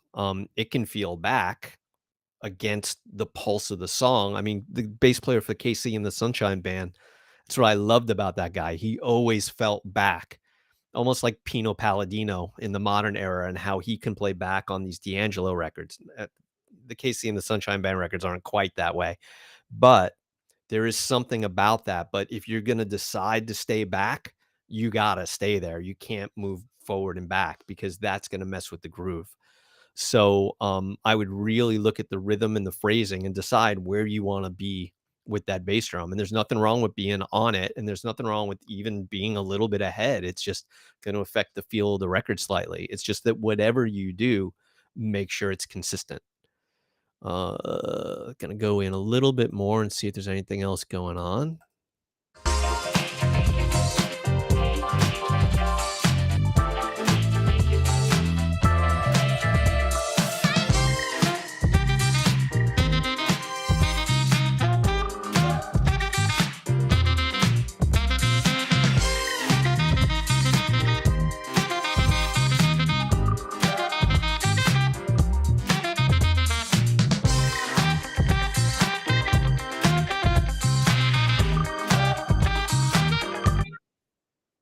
Okay, same thing with the guitar groove. When it comes in, the stuff's got to be solid. Otherwise, it's going to be distracting. It's going to what I call pull you out of the record. That's one of the phrases I use a lot. So when things aren't just really grooving and locking, yeah, it's a little bit like sitting in rush hour traffic instead of going down the freeway. I would really look at all of that stuff. And again, like another theme of the day has been events. If something that's kind of an event, you get this string swell or you get a hit, make sure it's heard. And, this is also a function of compression. And if you're using too much, when you try to push those things up, you're just going to bury it in the compressor. So if you have a lot of processing on the stereo bus, that's where I would start, lighten all that stuff up. If you're getting more than a couple of dB of compression, you're probably doing too much on a song of this style anyway. So that's what I'm thinking. I like the title.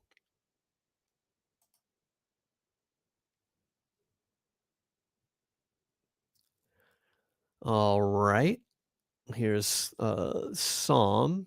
Boy, how do you hate H. Jeff? Interesting. All right. Here we go.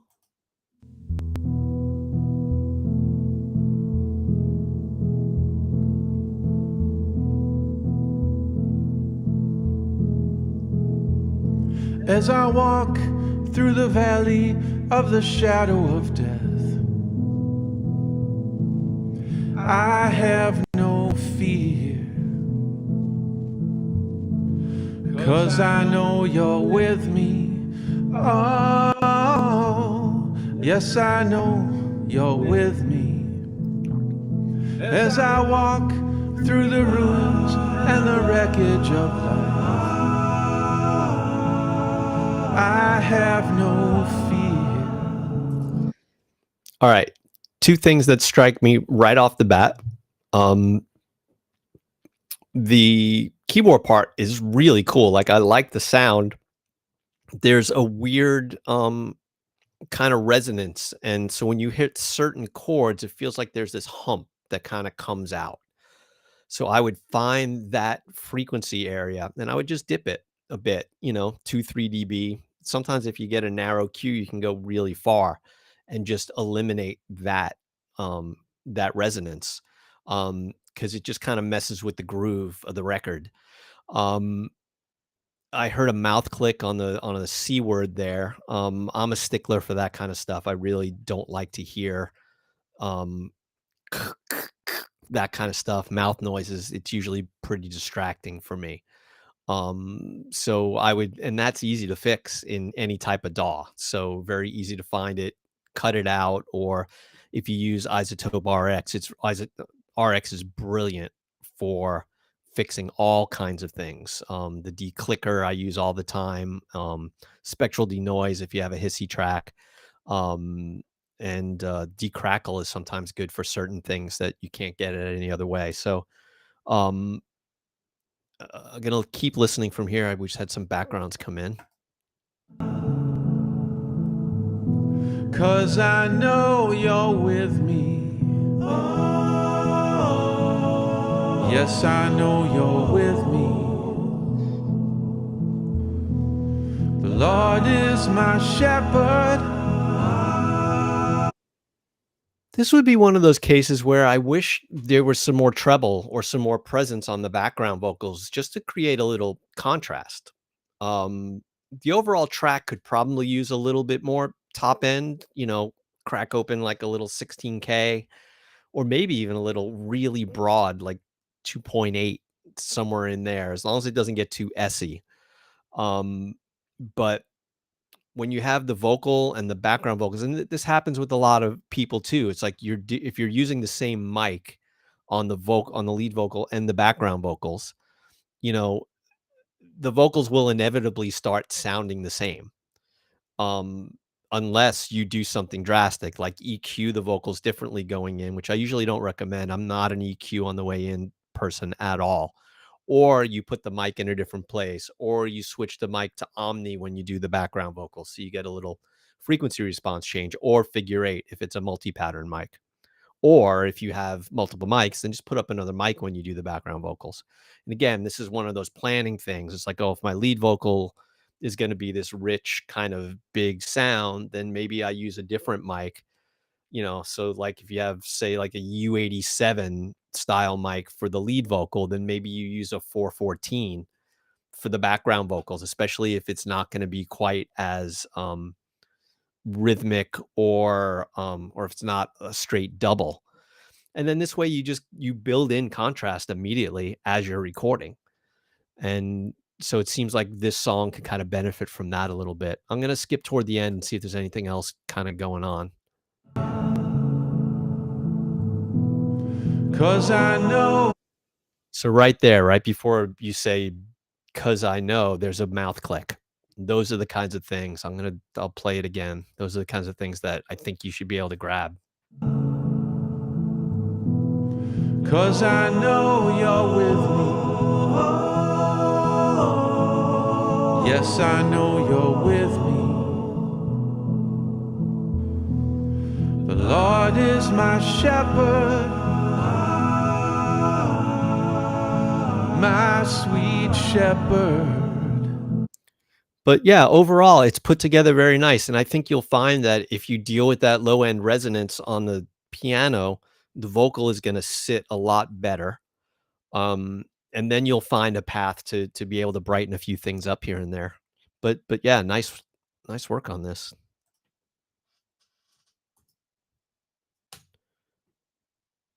Oops, there we go.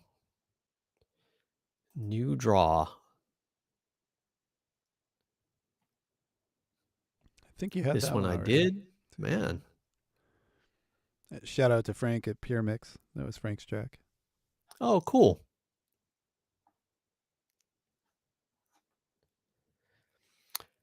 All right. This one's from 8 days ago.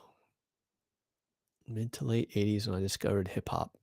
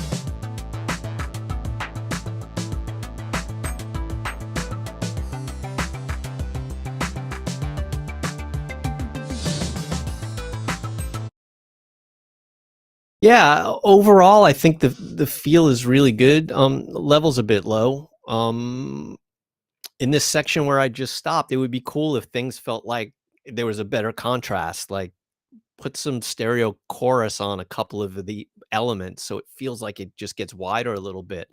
There's a little tom fill that just went by. I mean, that you could just put some gated reverb on and make it sound like Phil Collins for like a second, you know, goosh, goosh, goosh, make it an event. And same thing going into this section. There was some whoosh that came up, you know, let that stuff speak. This is where you can add excitement factors to things. And then it looks like it breaks down.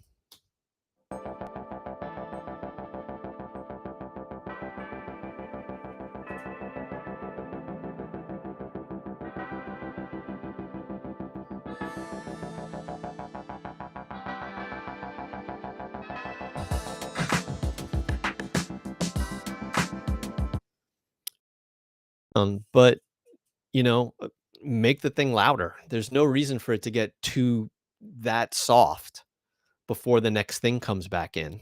Um, you know, don't hide it, and you'll get enough of a dynamic change by the drums going away. And you know, I would work on these transitions in, you know, by saying that as well. But overall, I really do. I think it's really cool, and um, it definitely evokes the period, no doubt about it. So, yeah.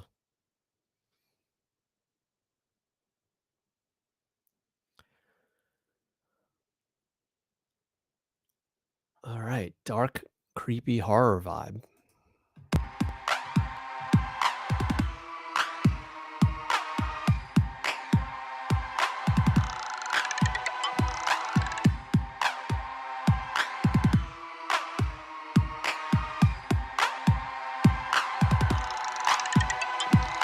PCP made me fly like an angel. Danger as you enter the alchemist chamber. What kind of a mix angel that's serious? Delirious, out of body experience. I dabbled in the improper properties of anesthesia. Once you come up, you never come back down properly. Altering my sense of perception. What I thought was reality was just a deception. Now I question the nature of time. Could time slow down or is it all in the mind? The element I was looking for was always the fifth. I just didn't know till I became an alchemist. I was all out of sorts with this thought and thoughts and bordered by demons in the witchcraft boards. I knew when to laugh, knew when to clap. Taught by television how to react. But I become a master of my own mind. Knowledge of self is knowledge sublime. Not obey the machine. Set your own scene. That was psychoactive magic. Weave your own dream. Understand the post to expand the great. All right. I think what sticks out to me with the mix is a lot of the rhythms of the vocal. I think you could tighten that up a little bit and not have it drift so much. I mean, it's a lot of words, and I know it's a performance thing. But I think you'll serve yourself better if it feels like the groove is better.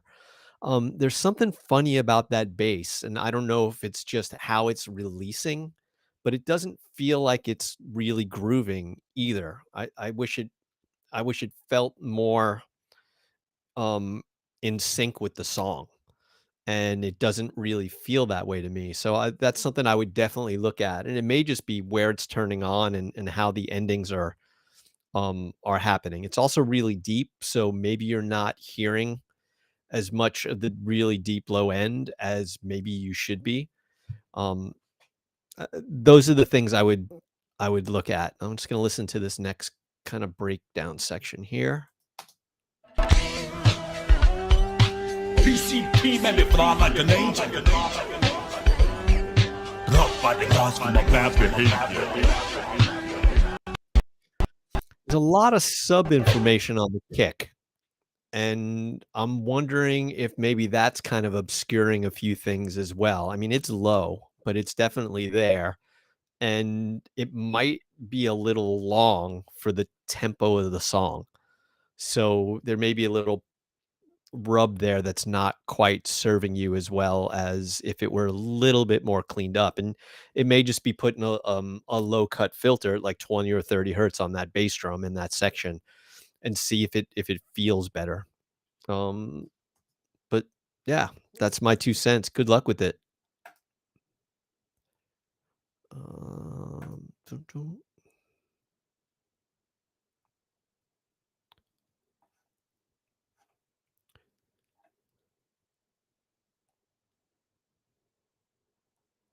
All right, is this ready to be mastered? Let's see. Wanna wake up where the sun dance my skin.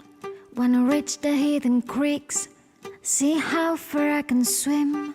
Wanna wander and get lost till I find myself. I can wait to take the plane that leads to you.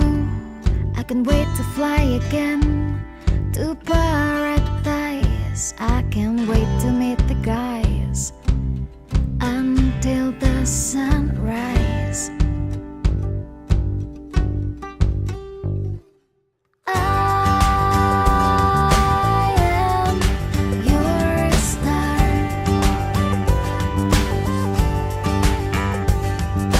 We'll take you there.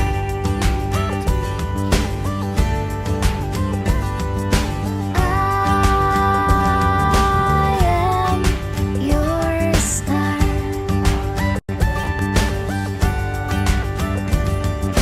For everyone, hold me tight in your hand, raise me to the sky, put your lips around.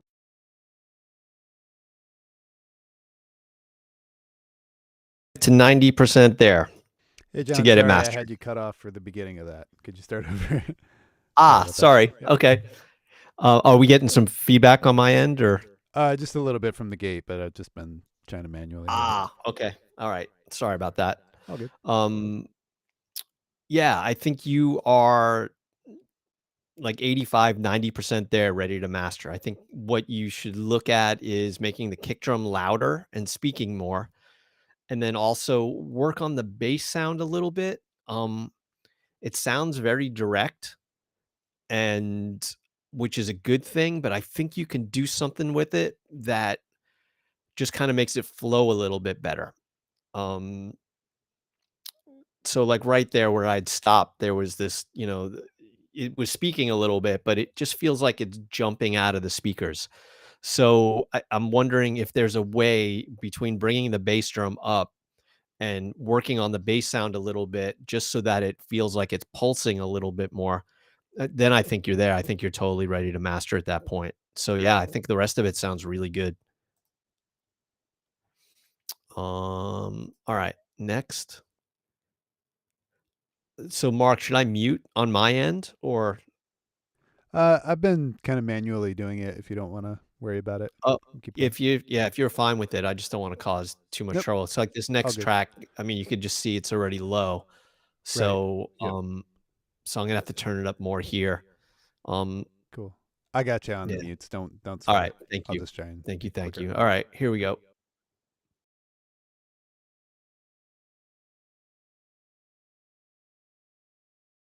Okay.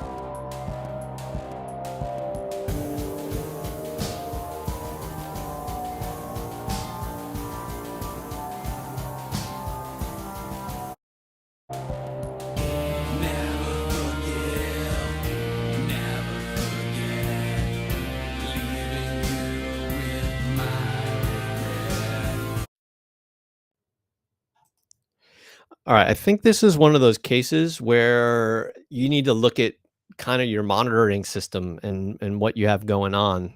It doesn't feel like um it's really kind of ready to go at this point. I mean, your levels look low.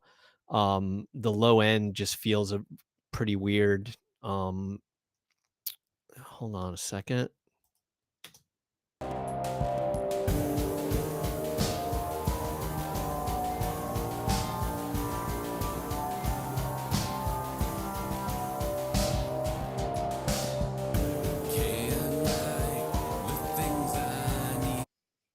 Yeah, the vocals kind of bright in not a good way, like presency. I'm not quite sure about the groove. I think you got to kind of look at the way the arrangement is going together and the way the song is kind of falling into place before you even get it to the point of the mixing stage.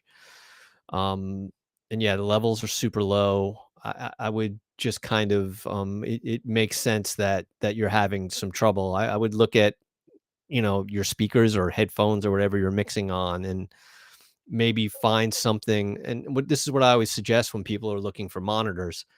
Um, Find something that music sounds good to you on. If you have some songs that you think sound really good out in the world, play those songs on the monitors if you have a chance to audition them before you buy them. And speakers are so subjective that you'll know when you put on a piece of music that know really well, or that feels really good to you. You'll know when you find those speakers that no pun intended, they speak to you. I went through that with the Amphions that I'm using now. I ended up getting the two 18s because I just played music on them, and it's just like, this sounds like music to me. And I've been able to work on them, and I've had a lot of success with them, and I've been very happy with them. But it took me a while to even change. And then uh, there are speakers out there for every price point and every budget. You just have to kind of do the work. Same with headphones. Find things that work well for you. So that's where I am on this one.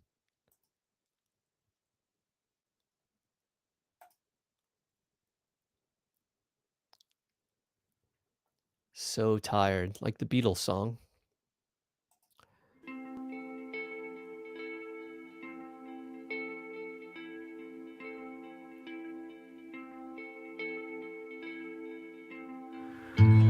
So tired, is this a daydream? Too many ways to open up a mind. It's okay, you come to revel. If there's a devil looking in her eyes.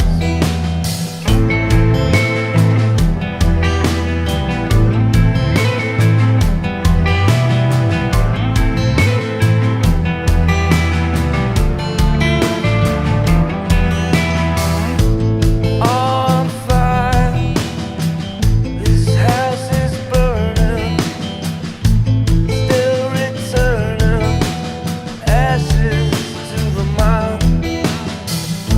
You're alive, your heart is evil. Life was peaceful till you buried me inside. Want me dead, me inside. Want me dead. Some type of weird click right there, because I heard it twice when I played it back. So that's definitely something to address. Um, I'm wondering if the lead vocal needs to be a little louder overall, or when the band kicks in, if the vocal needs to kick up a little bit. It didn't feel like it changed in level and everything else jumped in.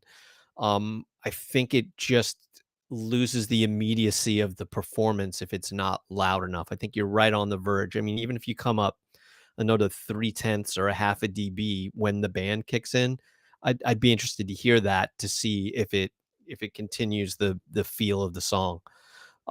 Everything else sounds really cool. The little vocal throws, the effects sound good. You run up toward the bridge. Come back to me, she said. Can we make this through as friends?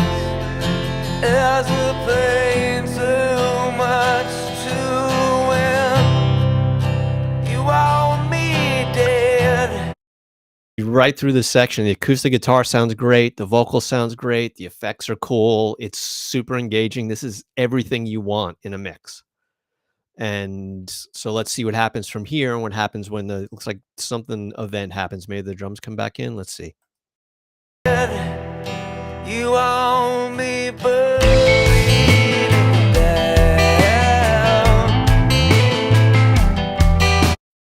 So you hear even those last couple of words of the vocal, they suddenly get lost because the drums come in. So I think it's a matter of just working those drums against something cool you already have. You know, there's nothing wrong with building your song around the vocal and the acoustic guitar and bring everything in around it so that you keep the focus where the focus should be.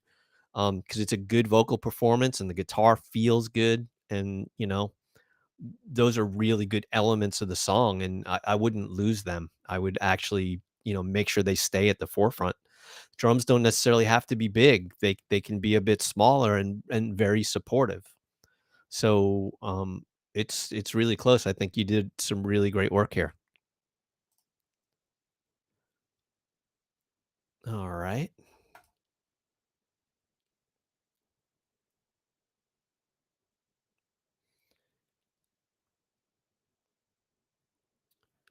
Difficult to compose and mix my music. Yeah, it's a lot.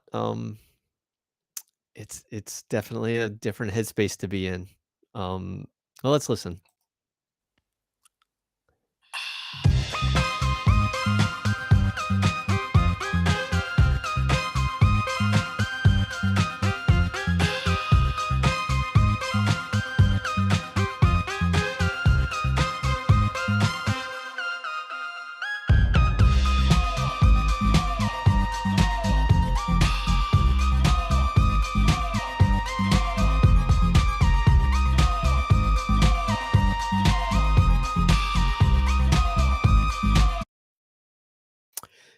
It's feeling like the low end is kind of dwarfing everything else. I wish there was more presence. I wish it jumped out of the speakers a little bit more. And I think you have the potential to do it. And but the low end is kind of swamping everything and it's obscuring the space. So I would absolutely look at that. Let's play it on from here.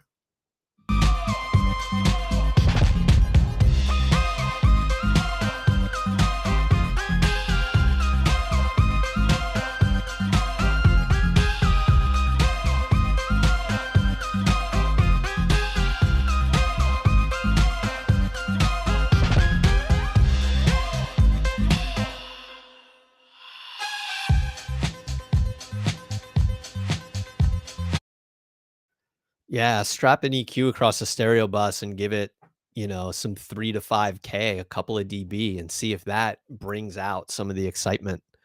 And definitely address the low end. And I think that will put you in a little better place. I mean, I suggest doing this on the stereo bus just as an experiment. And then if you find that you like what it's doing, I would take it off and then go back to individual elements of the track and figure out an area that might be enhanced by brightening it up a little bit. I think you're always going to be better off doing it that way than doing something global, especially if you're mixing, because you have the chance to do it. The global thing works sometimes when you can't, you know, when you're toward the end of the mix and you're at a point where, you know, you can't figure out, or the record is kind of taking a shape. And by going back in, you're going to undo some things that you've done. It's kind of an advanced kind of discussion in a way. And I know that it's vaguer than I've been the entire time, but it's more of a feel thing that you get. So, um, you know, if I find myself where I have a mix where I'm really happy with the mid range and I'm really happy with all the detail, but if I feel like, oh, it just needs a little bit, then yeah, I'll throw a half a dB on the of top end. I'll throw a half a dB of presence area. But if I find that I need to do that right off the bat with the mix or a mix at this stage, I would I would mute it and then I would go back and just go through all the tracks again and just figure out what it is that I can use to enhance it. But I think it's really really good and you're really on your way. Any other questions that have come up, Mark? No questions from the audience, but guys, if you have any questions for John, make sure you put them in the chat on YouTube, and we'll ask them as we go here. There's some really good stuff on here today. It's really fun. Yeah, it's a really good variety of things too. I mean, people are doing interesting music, you know? Yeah. Yeah, it's great. It's been really fun. Awesome. All right. Webo 72.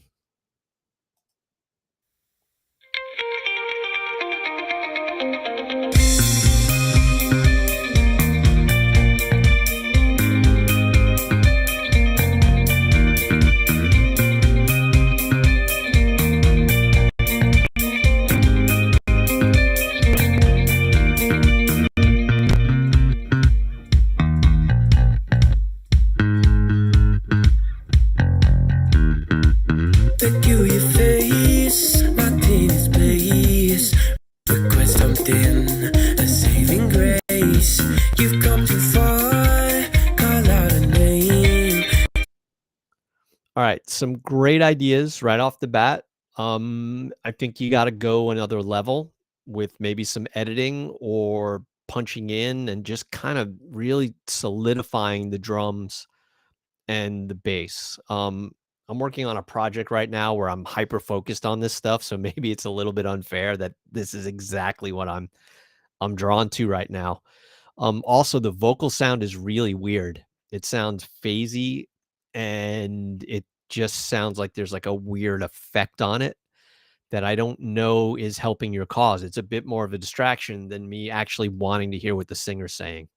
And that's always a really bad sign for me when I start going, instead of going, what are they saying? So we're going to listen on from here and just see what develops. He's waiting for you.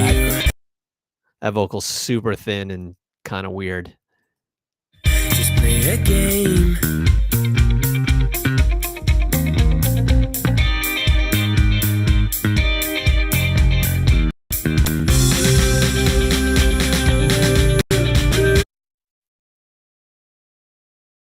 An earlier one that I talked about has a lot of compression on here, and it's just not serving your cause.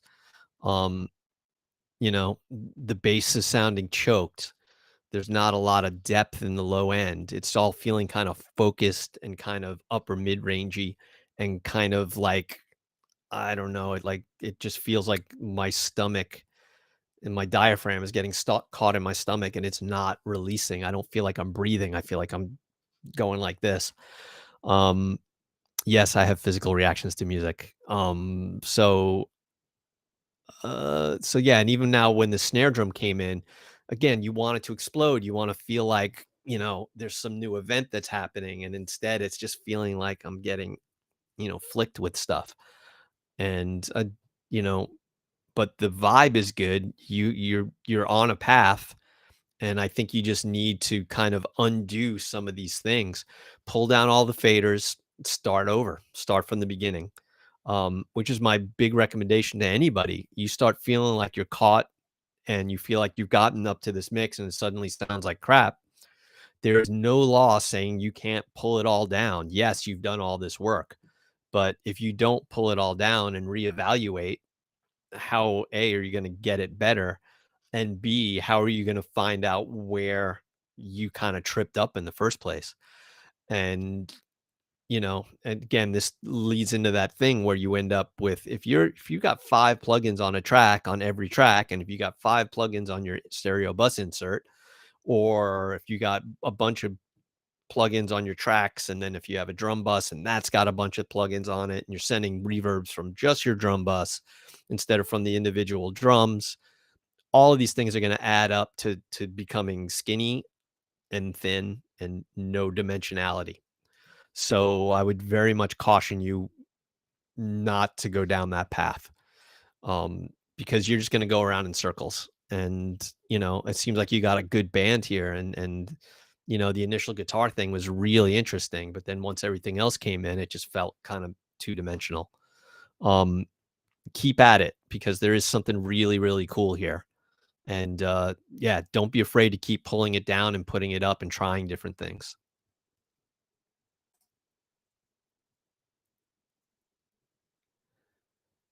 All right, this one we did.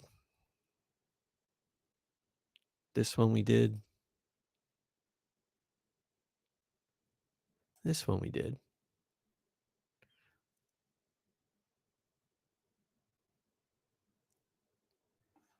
All right.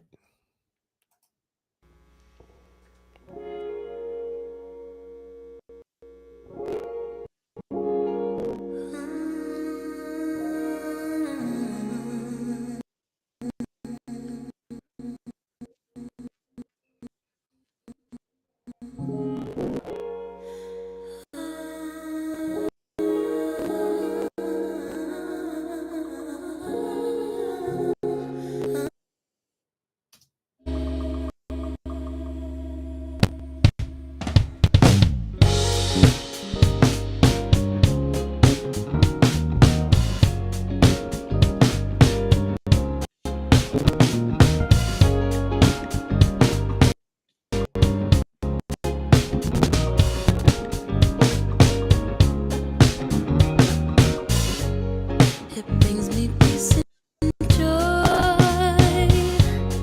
It makes me feel at home. It brightens up my sky. It takes me back home. Okay, drums are super loud. I wish I could hear other instruments. It feels like everything's kind of focused right in the center once the band kicks in. And it's a shame because it sounds like there's other things going on that could be pretty cool. So don't be afraid to take care of the other real estate. Is the vocal too bright? Possibly. It's on the verge. I mean, you can tame it. It sounds like it might need a little de-essing, and maybe just back off a dB or two from where you are on the top end. But once you get the instruments in place and once the drums aren't so loud and so kind of centered, I think you'll be able to get away with a bit more exploration. So I would definitely take a look at those things. Let me just scoot toward the end.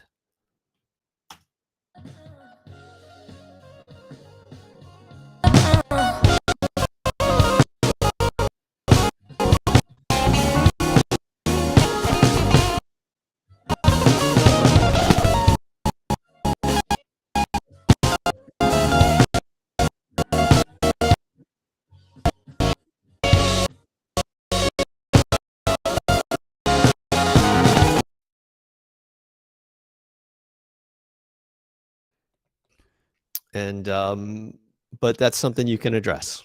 Sorry, So John, I would had you cut off, and we were getting some pretty crazy cutouts in the audio. Is it happening again? No, it's good now, I think. 'Cause It's my when you were playing music, it just sounded like you were downloading your Dropbox in the background or something. Well, my interface is doing something weird. It's cutting out a little bit. Let me okay. just change a parameter real quick here on Pro Tools. Nice. Does this every once in a while. While you're doing that, I have questions. You have questions? All right. So this might be a good time. Yeah. Awesome. All right. Zoo asks, how to deal with an inconsistent bass track. So the bass instrument has some notes that sticks out. Yeah. So that's part one of his question. All right, hold on one second, because my playback engine in Pro Tools is being no fun. Never happens. Has to be your copy only. All right. So question one more time. How to deal with an inconsistent bass track. So some notes are sticking out, saying in probably a bass guitar or a bass instrument. Mhm. So. Okay. Inconsistent bass track. Well, compression is one thing, but use it kind of judiciously. Don't go crazy with it. usually keep a enough of an attack to just grab the front end and enough of a release to where it feels like it's coming back quickly and feeling musical. And I know that's a vague word, and I know that's like the word warm, which I hate personally when anybody describes audio.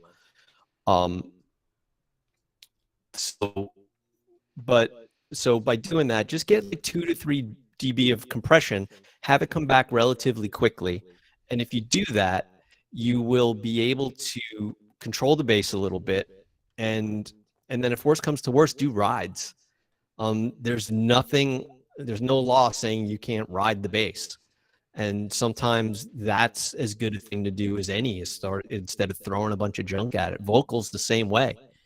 You know, you don't have to compress the vocal really hard. All you have to do is get it to feel decent and then do rides. I mean, this is what I do all the time when I mix, especially on vocals. It's more about the rides than the compression. Yeah. Mm-hmm. And there was a part 2. Yeah. So part 2 is another question on how to get a better low end when listening conditions are not optimal. So when the low end needs to be checked on headphones. Well, I would take one step back and say you have to have a reference to where you understand the low end. And then how do you get that? You have to find music that you know the low end sounds good on, and listen to that.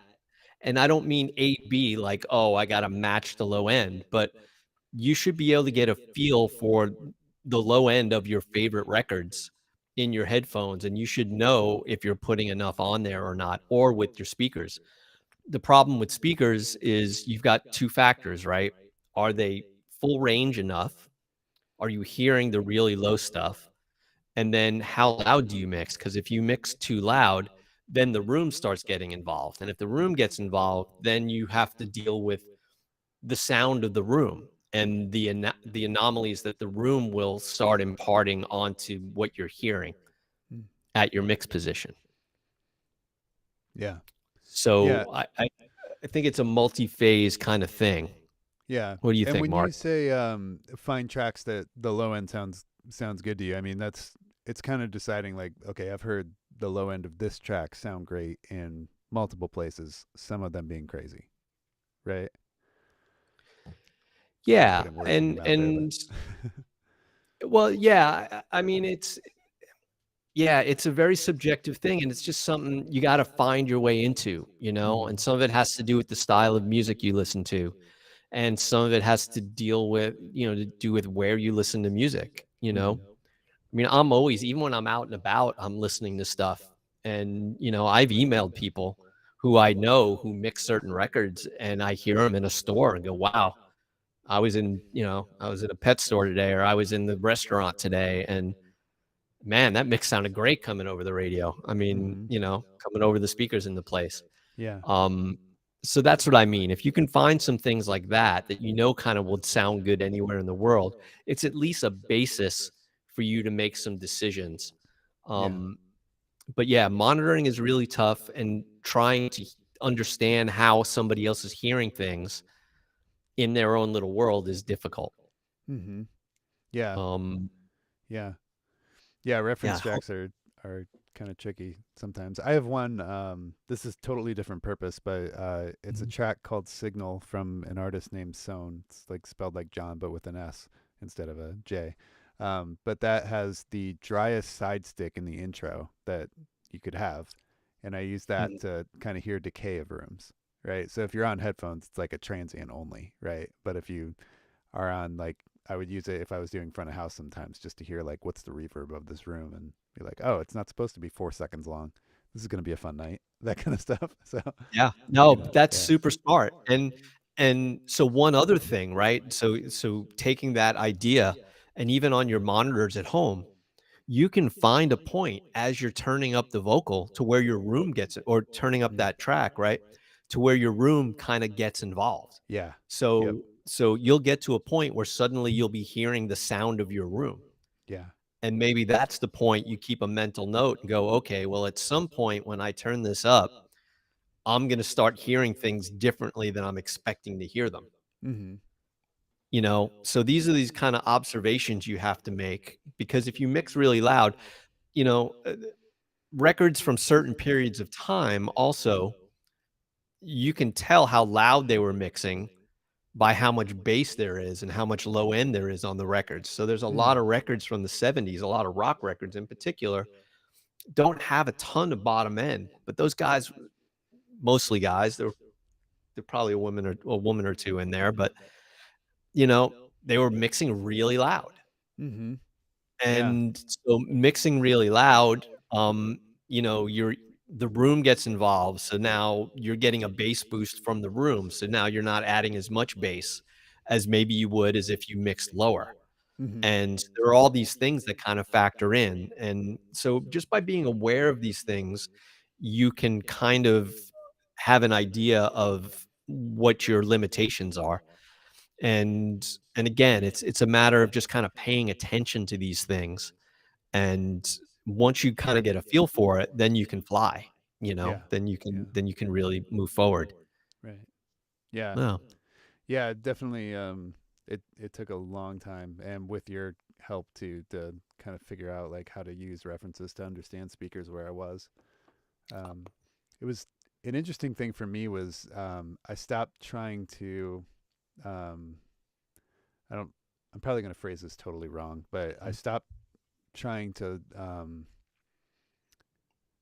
I would just listen to the track and hear it was coming back with the reference, and I would just, instead of like fighting it and being like, oh, this room's too much bottom end, it would just be like, okay, that's what the bottom end is doing in this room. And suddenly I stopped thinking about it. It's just like, okay, now I just hear the speakers and I kind of know what's happening, but it would become this like, I'm not constantly thinking about it thing. Yeah. Yeah. No, that's great. And that's a big step of confidence in your end. I mean, I kind of started doing that when I was working at a bunch of different studios. Every studio had NS10s, but every studio sounded different. Right. You would see the speakers moving, but some rooms you'd hear 100 hertz, other rooms you wouldn't. Right. So, so when you saw the speakers moving, but you didn't hear the 100 hertz, you're like, okay, don't crank on it too much, because you're going to get the tracks out, Right. and there's going to be way too much low end. So, but these are things you learn, and they're practical things, but they come from observation, and you just have to kind of take a step back and take the time to do those kinds of observations. Yeah. Awesome. Yeah. Okay. Another question that we have here, probably one of my favorite topics. Mhm. Do you want to do another track, or do you want to do another? No, I was just kind of getting set up whenever we do the next one. So Okay, cool. So this one's from Redel 37, and he asks if you could elaborate more on the depth topic, which is one of my favorite. Yes. And he says, yes. by the way, thanks for all the invaluable hits. Oh, my pleasure. I hope everybody's getting a little something out of this. And oh yeah, depth is a big thing for me. So my definition is that I feel like when I'm hearing a song, that I feel like the speakers kind of go away. That I feel like I'm hearing into the speakers, and I don't feel like there's this plastic wall right in front of me. So how do you get there is probably the next question, right? So I would start with a simple sound or two, and an acoustic guitar part. Let's take that for an example. And I would put it up, and I would fool around with some reverbs on it. Put some short reverbs, some medium, some long reverbs, and dial them up a little bit. And as you're listening, ask yourself what happens to the guitar in perspective. So, does it sound like there's an effect slapped on it? Does it feel like the guitar recedes into the track a little bit? Does it feel like the guitar is enveloped in the reverb? Okay. And then the next step then is to fool around with pre-delay. And so if you add a little pre-delay, now you've got the direct guitar sound, a little bit of time, and then the reverb, and then start hearing what that does in relation to how much you add and where the guitar sits in the speakers. So you can see how that can multiply now out to everything, right? It becomes this exponential thing when you start adding stuff in. So that's the first thing, spatial components with reverbs. But now the other thing I'm going to talk about is EQ. If the guitar's too tubby on the low end or on the lower mid range, it's going to feel forward kind of all the time. So no matter what you put around it, it's got a sonic signature that feels like it wants to push forward.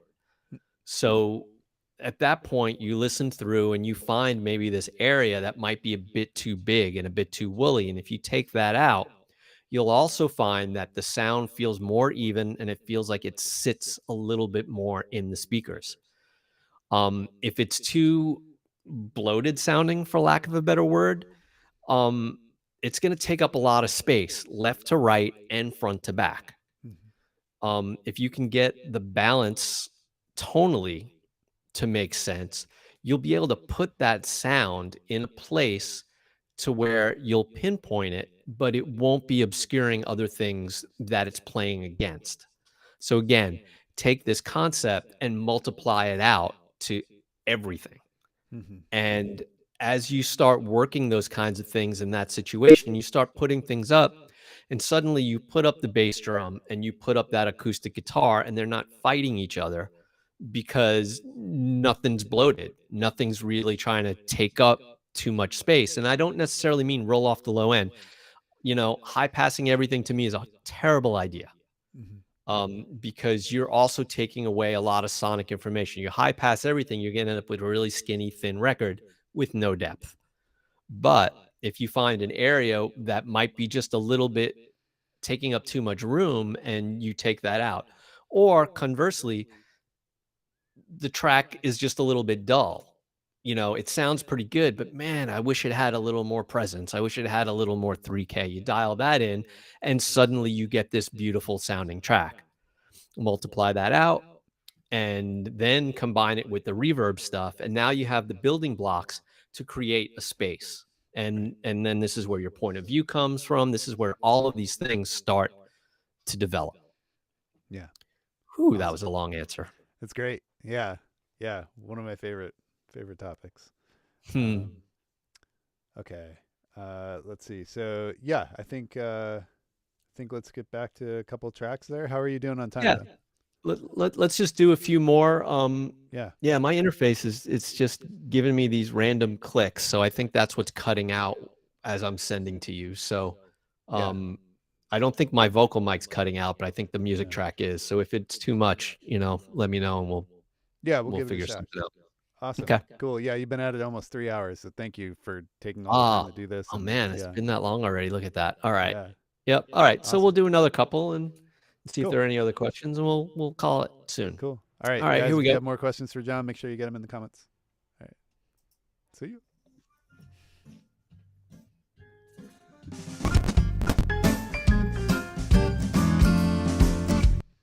Went to a shrink day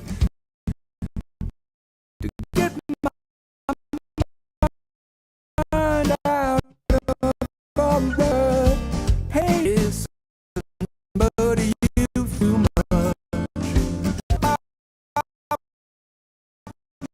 Man, I am.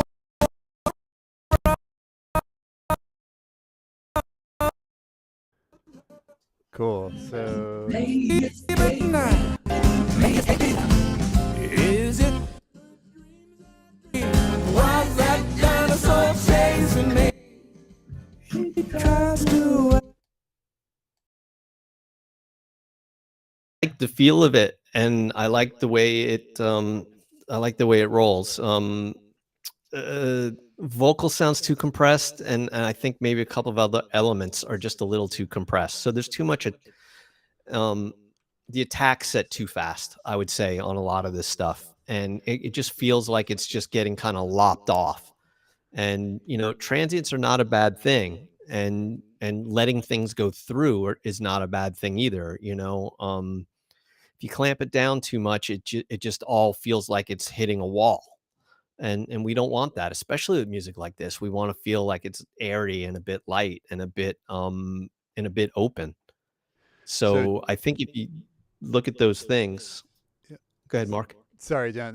Yeah, for us it was really really glitchy, so we heard a lot of like really fast transients on there. Oh shoot. But it Sorry started about to come that. back at the end. Do you want to try and play just a little snippet of it for everyone Yeah. so they can hear what you were talking about? Yep. Great. Yeah. Let's see. Hopefully this will work. Can't I sleep at night? Maybe it's ADD. Is it the dreams I dream? Was that dinosaur chasing me? She tries to analyze me. So the compression, it's stifling the bass drum. It's doing something weird to the piano because the piano sounds kind of a bit thick and a bit kind of yeah, it just sounds a little just thick. And then the vocal sounds compressed, and that's also contributing just to this kind of tightness to the sound, which I think it would benefit from having a bit more just a bit more openness. It doesn't need to be so constricted feeling or sounding. Awesome. Yeah, we're all good now. Thanks for Okay, doing that. cool. Yeah, like I said, it's my interface, and it's just my computer is getting taxed. I have 2 browsers open, so it's kind of Deep the browsers, computer's camera, giving me the old, streaming. you know, dude, what are you doing to me? Yep. All right, Confetti this on your one we browser did. window. That's totally taxing it up. All right, let's see here.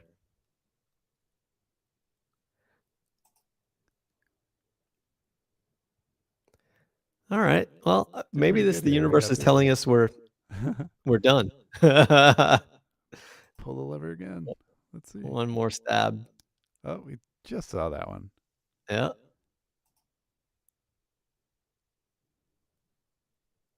All right, here's a new one. This is a story I want to hear. It's a great song title. Yeah, exactly. All right. So maybe this will be our last one. Sounds good. All right, here we go.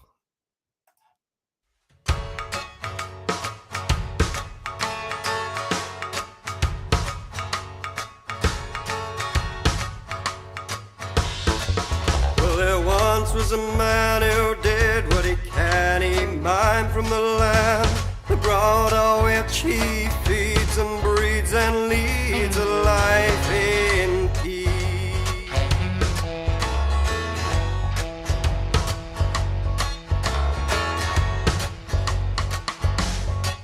And when he made as a slave to his ways, he gave to the happiness of his family's days, and came that way to work one day.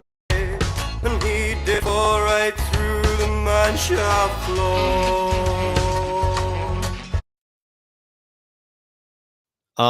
Very Richard Thompson, if any of you out there know who he is. It's definitely got that vibe. There's some weird stuff going on here. Right there where I stopped, I don't know what happened, but it felt like the phase just went all over the place. The bass part, the performance can definitely be better. It feels like it's a little all over the place. It's distracting from the vocal, and I want to hear the story. I mean, you know, like Mark just said, the title, it's just like, wow, you know, what happened to this person? So I think you need to really rethink the bass. And then, like I said, right where we stopped, I'm going to play it a little bit more and see what's going on. It's really phasey. He did fall right through the mine shop floor.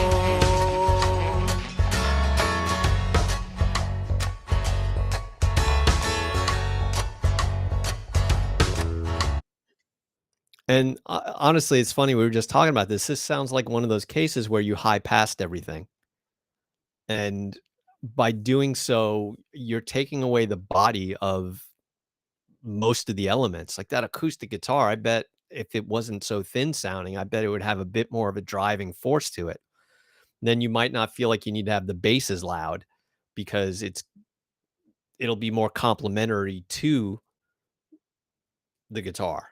and then that'll affect the vocal. So I would say hone in on the thing that really drives the song for you. Make that sound the way you want it to sound, and maybe build everything around it.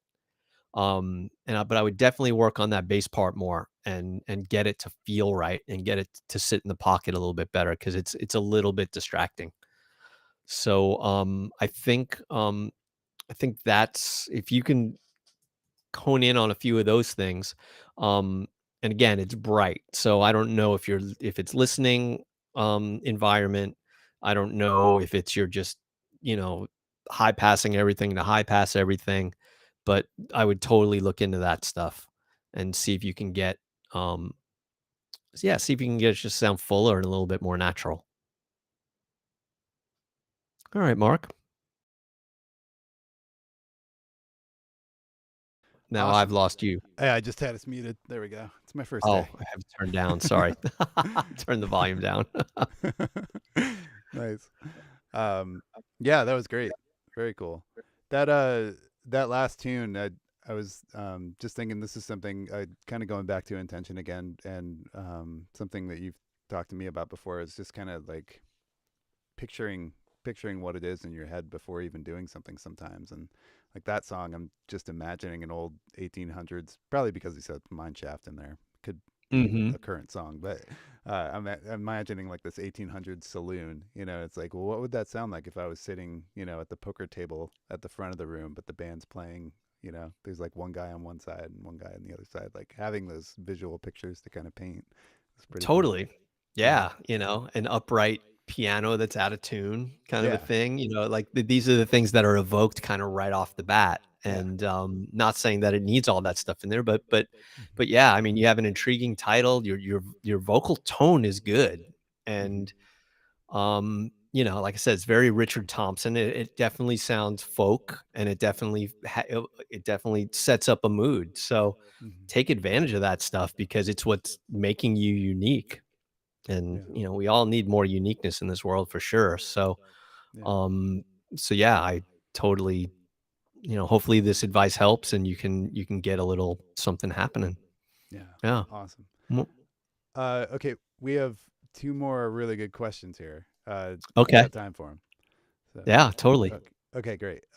So Nalam Pro, sorry if I'm mispronouncing your username there.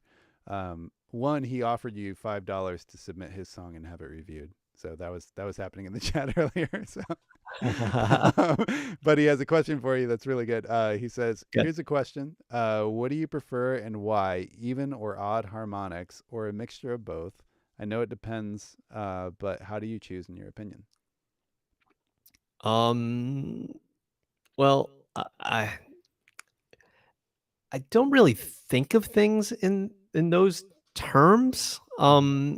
You know, maybe I should. I mean, even harmonics tend to be a bit more harmonically Even. compatible to whatever the fundamental is, where odd can tend to be a bit more harsh and maybe a bit more distorted Mm. or apparently more distorted. It gives it more of a square wave-ish kind of a tone. Um yeah, you know, I honestly I can't say that I really like listen and go, "Oh, that's this," you know, it's just like, is it cool? Is it not cool? You know? Does it need more fuzz? Does it just need a little bit more rounder distortion? I mean, Hmm. that those are the kind of ways I would look at it. I'm Got it. curious why he's asking the question. You know, can you give me a little more context? Yeah, yeah. Feel free to add that to the chat. Yeah, I want to give him his $5 worth if we don't Yeah, get to his song. So, yeah, yeah. Um, Side question: uh-huh. what would happen to you if you asked Lemmy, to increase the even order harmonics on his bass guitar? Lemmy would look at me and go, "I have no idea what the F you're talking about." That's what Like, all Lemmy right, would say. more out order harmonics then. Okay. Yep, as I hand him his bottle of Jim Beam. Yeah. Yep. Mhm. Awesome. Cool. We'll ask Nom's other question here. while he's coming back on the other thing because there's a delay in the stream and all that too. Okay. So his other question is, what engineers do or did you look up to and why? Oh, okay. That's a Mhm. really, really good question. Yeah. So I was very, very fortunate when I came up. I was able to work through Sunset Sound mostly, although I was an independent assistant engineer and worked at a lot of studios in LA in the early 90s. But I mean, Chad Blake is obviously my biggest influence. If you know a little bit about me at all, that's one of the things I worked with him for about 5 years on some really amazing records. Hmm. So I learned a lot about record making from him and Mitchell Froom. But there are a lot of other people who I picked up a lot of great stuff from. Joe Ciccarelli is a brilliant engineer. Yeah. That guy's got ears like nobody's business, and he really pushed me in really interesting ways. He had hired me to engineer for him in the early to mid '90s on this record that I did up in San Francisco with him, and it was really, really interesting. Everybody I worked with, you could see where their priorities were, Mm. what was important to them and what wasn't. And sometimes you get it, and sometimes you don't. But I would say, you know, Chad definitely, Joe Ciccarelli, Kevin Killen, who I had done a few things with. My piano sound is based on something I saw Kevin do. Hmm. Um, my drum sound is based on some things I've seen Chad do. The way I set up drums in a room was based on something I saw Ciccarelli do. Hmm. So, there's another engineer named Bill Jackson who does TV stuff now, but he did a lot of Oingo Boingo records and things like that. He was a really, really smart guy and really did some cool things that I grabbed. And then there's producers too, like Mitchell Froom. There's this Italian producer called Celso Valli who I learned a ton from just by how he talked to the musicians and decisions he made and things he asked for and what they did to the record. Really, really fascinating. So yeah, I think those are probably the main ones. But then every once in a while there would be like this one-off person. Like there was a guy I met one time, and he just said something to me. I was having a bad day, and his name was Tave Mote, and he unfortunately passed away before I ever could bump into him again. But he said something to me really cool. He said, always leave the place better than how you found it. Hmm. And it was just a silly overdub day, but I was having a crappy day. He saw it, and that idea of just making it better if you can and Yeah. helping everybody out was Yeah. huge. And he wasn't So just talking about cleaning up the room. no, Mm. no, Yeah. it was kind of a like philosophical, spiritual kind of Hmm. thing. And I really wish I would have had a chance to thank him because Hmm.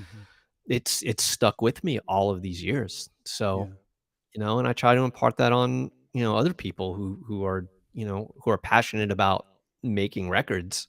Yeah. And, sometimes it gets a little frustrating. And I was at that point where I was just done with assisting Hmm. and was really wanting to engineer more. So, Yeah. um, yeah, and then on top of that, so I'm gonna expound on my answer a little bit more. No, I love this. Yeah. There are engineers who I've never met that I love, Hmm. or that I know, but I've not worked with directly. But I mean, Bob Clearmountain, Mick Guzowski, Hmm. you know, and those guys, just listening to their records are great. I really like um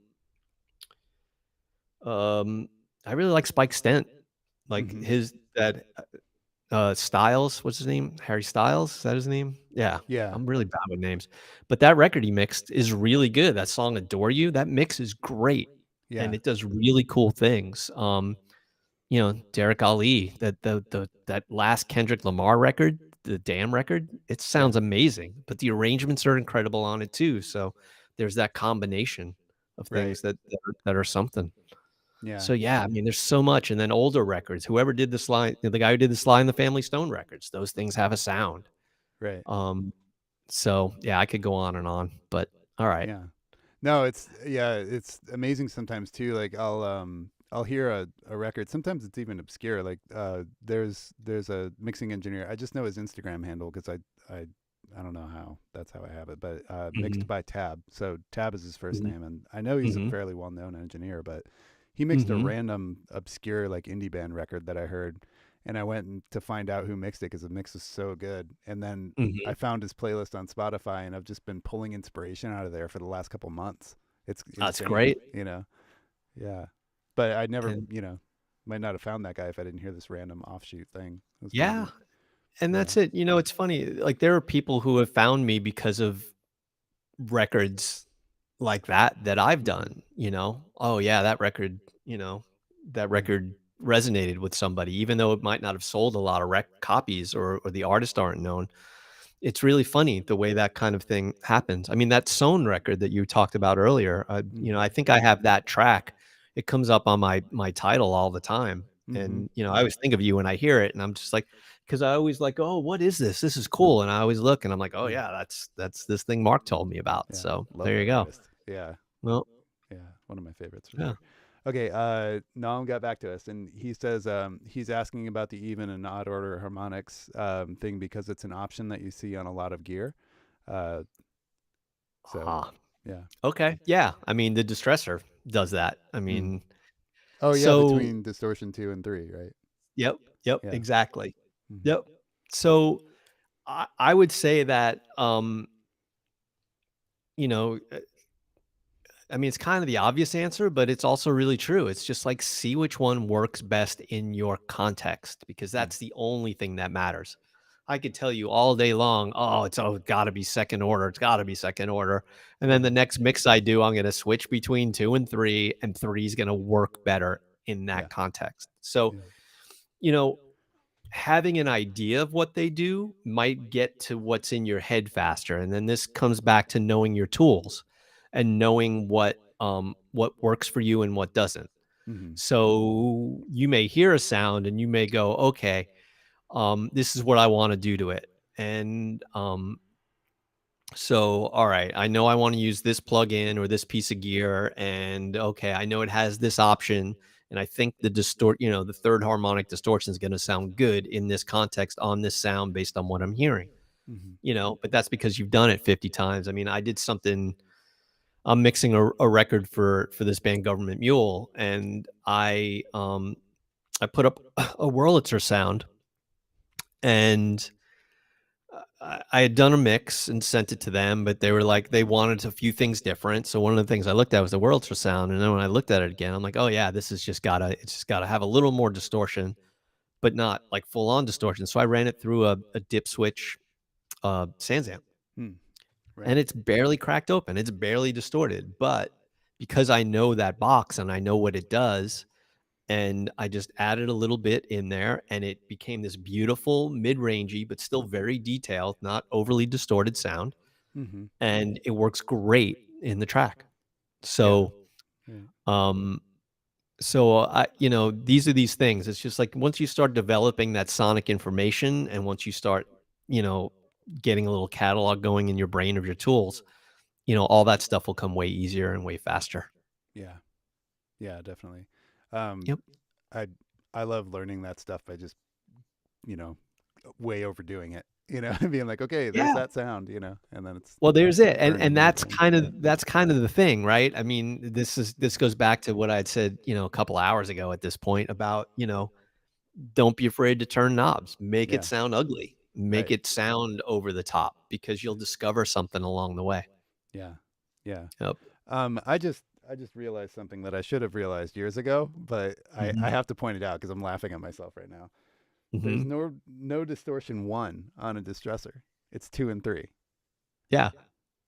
I mean, I knew that, but it never registered to me. Oh wait, there's no number 1 on the box. I never thought about it. I was just like, here's option 1, here's option 2. Well, Yeah. there's also one is off. How's There that? you go. I'm not impressed with myself right now. So To get Dave Durr on here to get that Yeah. all sorted for us. yeah, exactly. Yep. Awesome. Yeah. All right. Well, anybody On have that- any other comments or anything, or are we kind of good? Or Yeah, I don't see any other questions. But yeah, we hit the depth one, even order harmonics, and even odd order. Yeah, I think that we're good. Just a lot of thank yous in the chat and everything. And before we get out of here, I mean, we should talk about how people can learn more about you. And you have videos on Puremix. Absolutely. Yeah, I have 3 mix videos, right? And a template video, but it's not really a template. It's like, okay, here's how to import tracks into Pro Tools. It's more of that than anything Yeah, else. But a lot yeah. of philosophy on why that is. So which is important and very useful. So yeah, definitely check out John's videos on Puremix. And beyond that, you have a wonderful mentoring site that I'm a happy student of, called Mix Therapy. It's mix-therapy.com.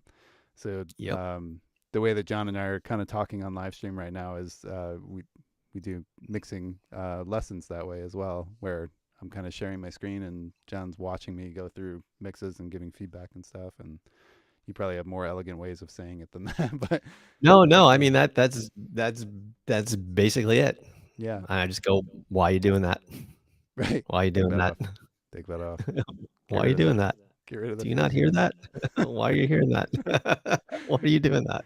No, it's really awesome though, and it makes you think about Thanks, things. Mark. And, definitely helped open up a lot of things for me. So Thank you. mix-therapy.com. Check them out there. Yep. And my regular website is johnpaternomusic.com. That's got credits and a few other things. So yeah. Yep. Awesome. Yeah, John, thank you so much for taking the time to do this again. It was my pleasure. Yeah. Thanks to everybody who submitted and everybody who made comments. You know, it's great to be part of the community, and I hope it's helpful for people. You know, it gets people thinking and gets people listening. That's what's important. Awesome. Cool. One more air horn for you. Awesome. Thanks everybody. Thanks so much for submitting the music and joining us for this today. So awesome. John, take care, see you everyone. next time.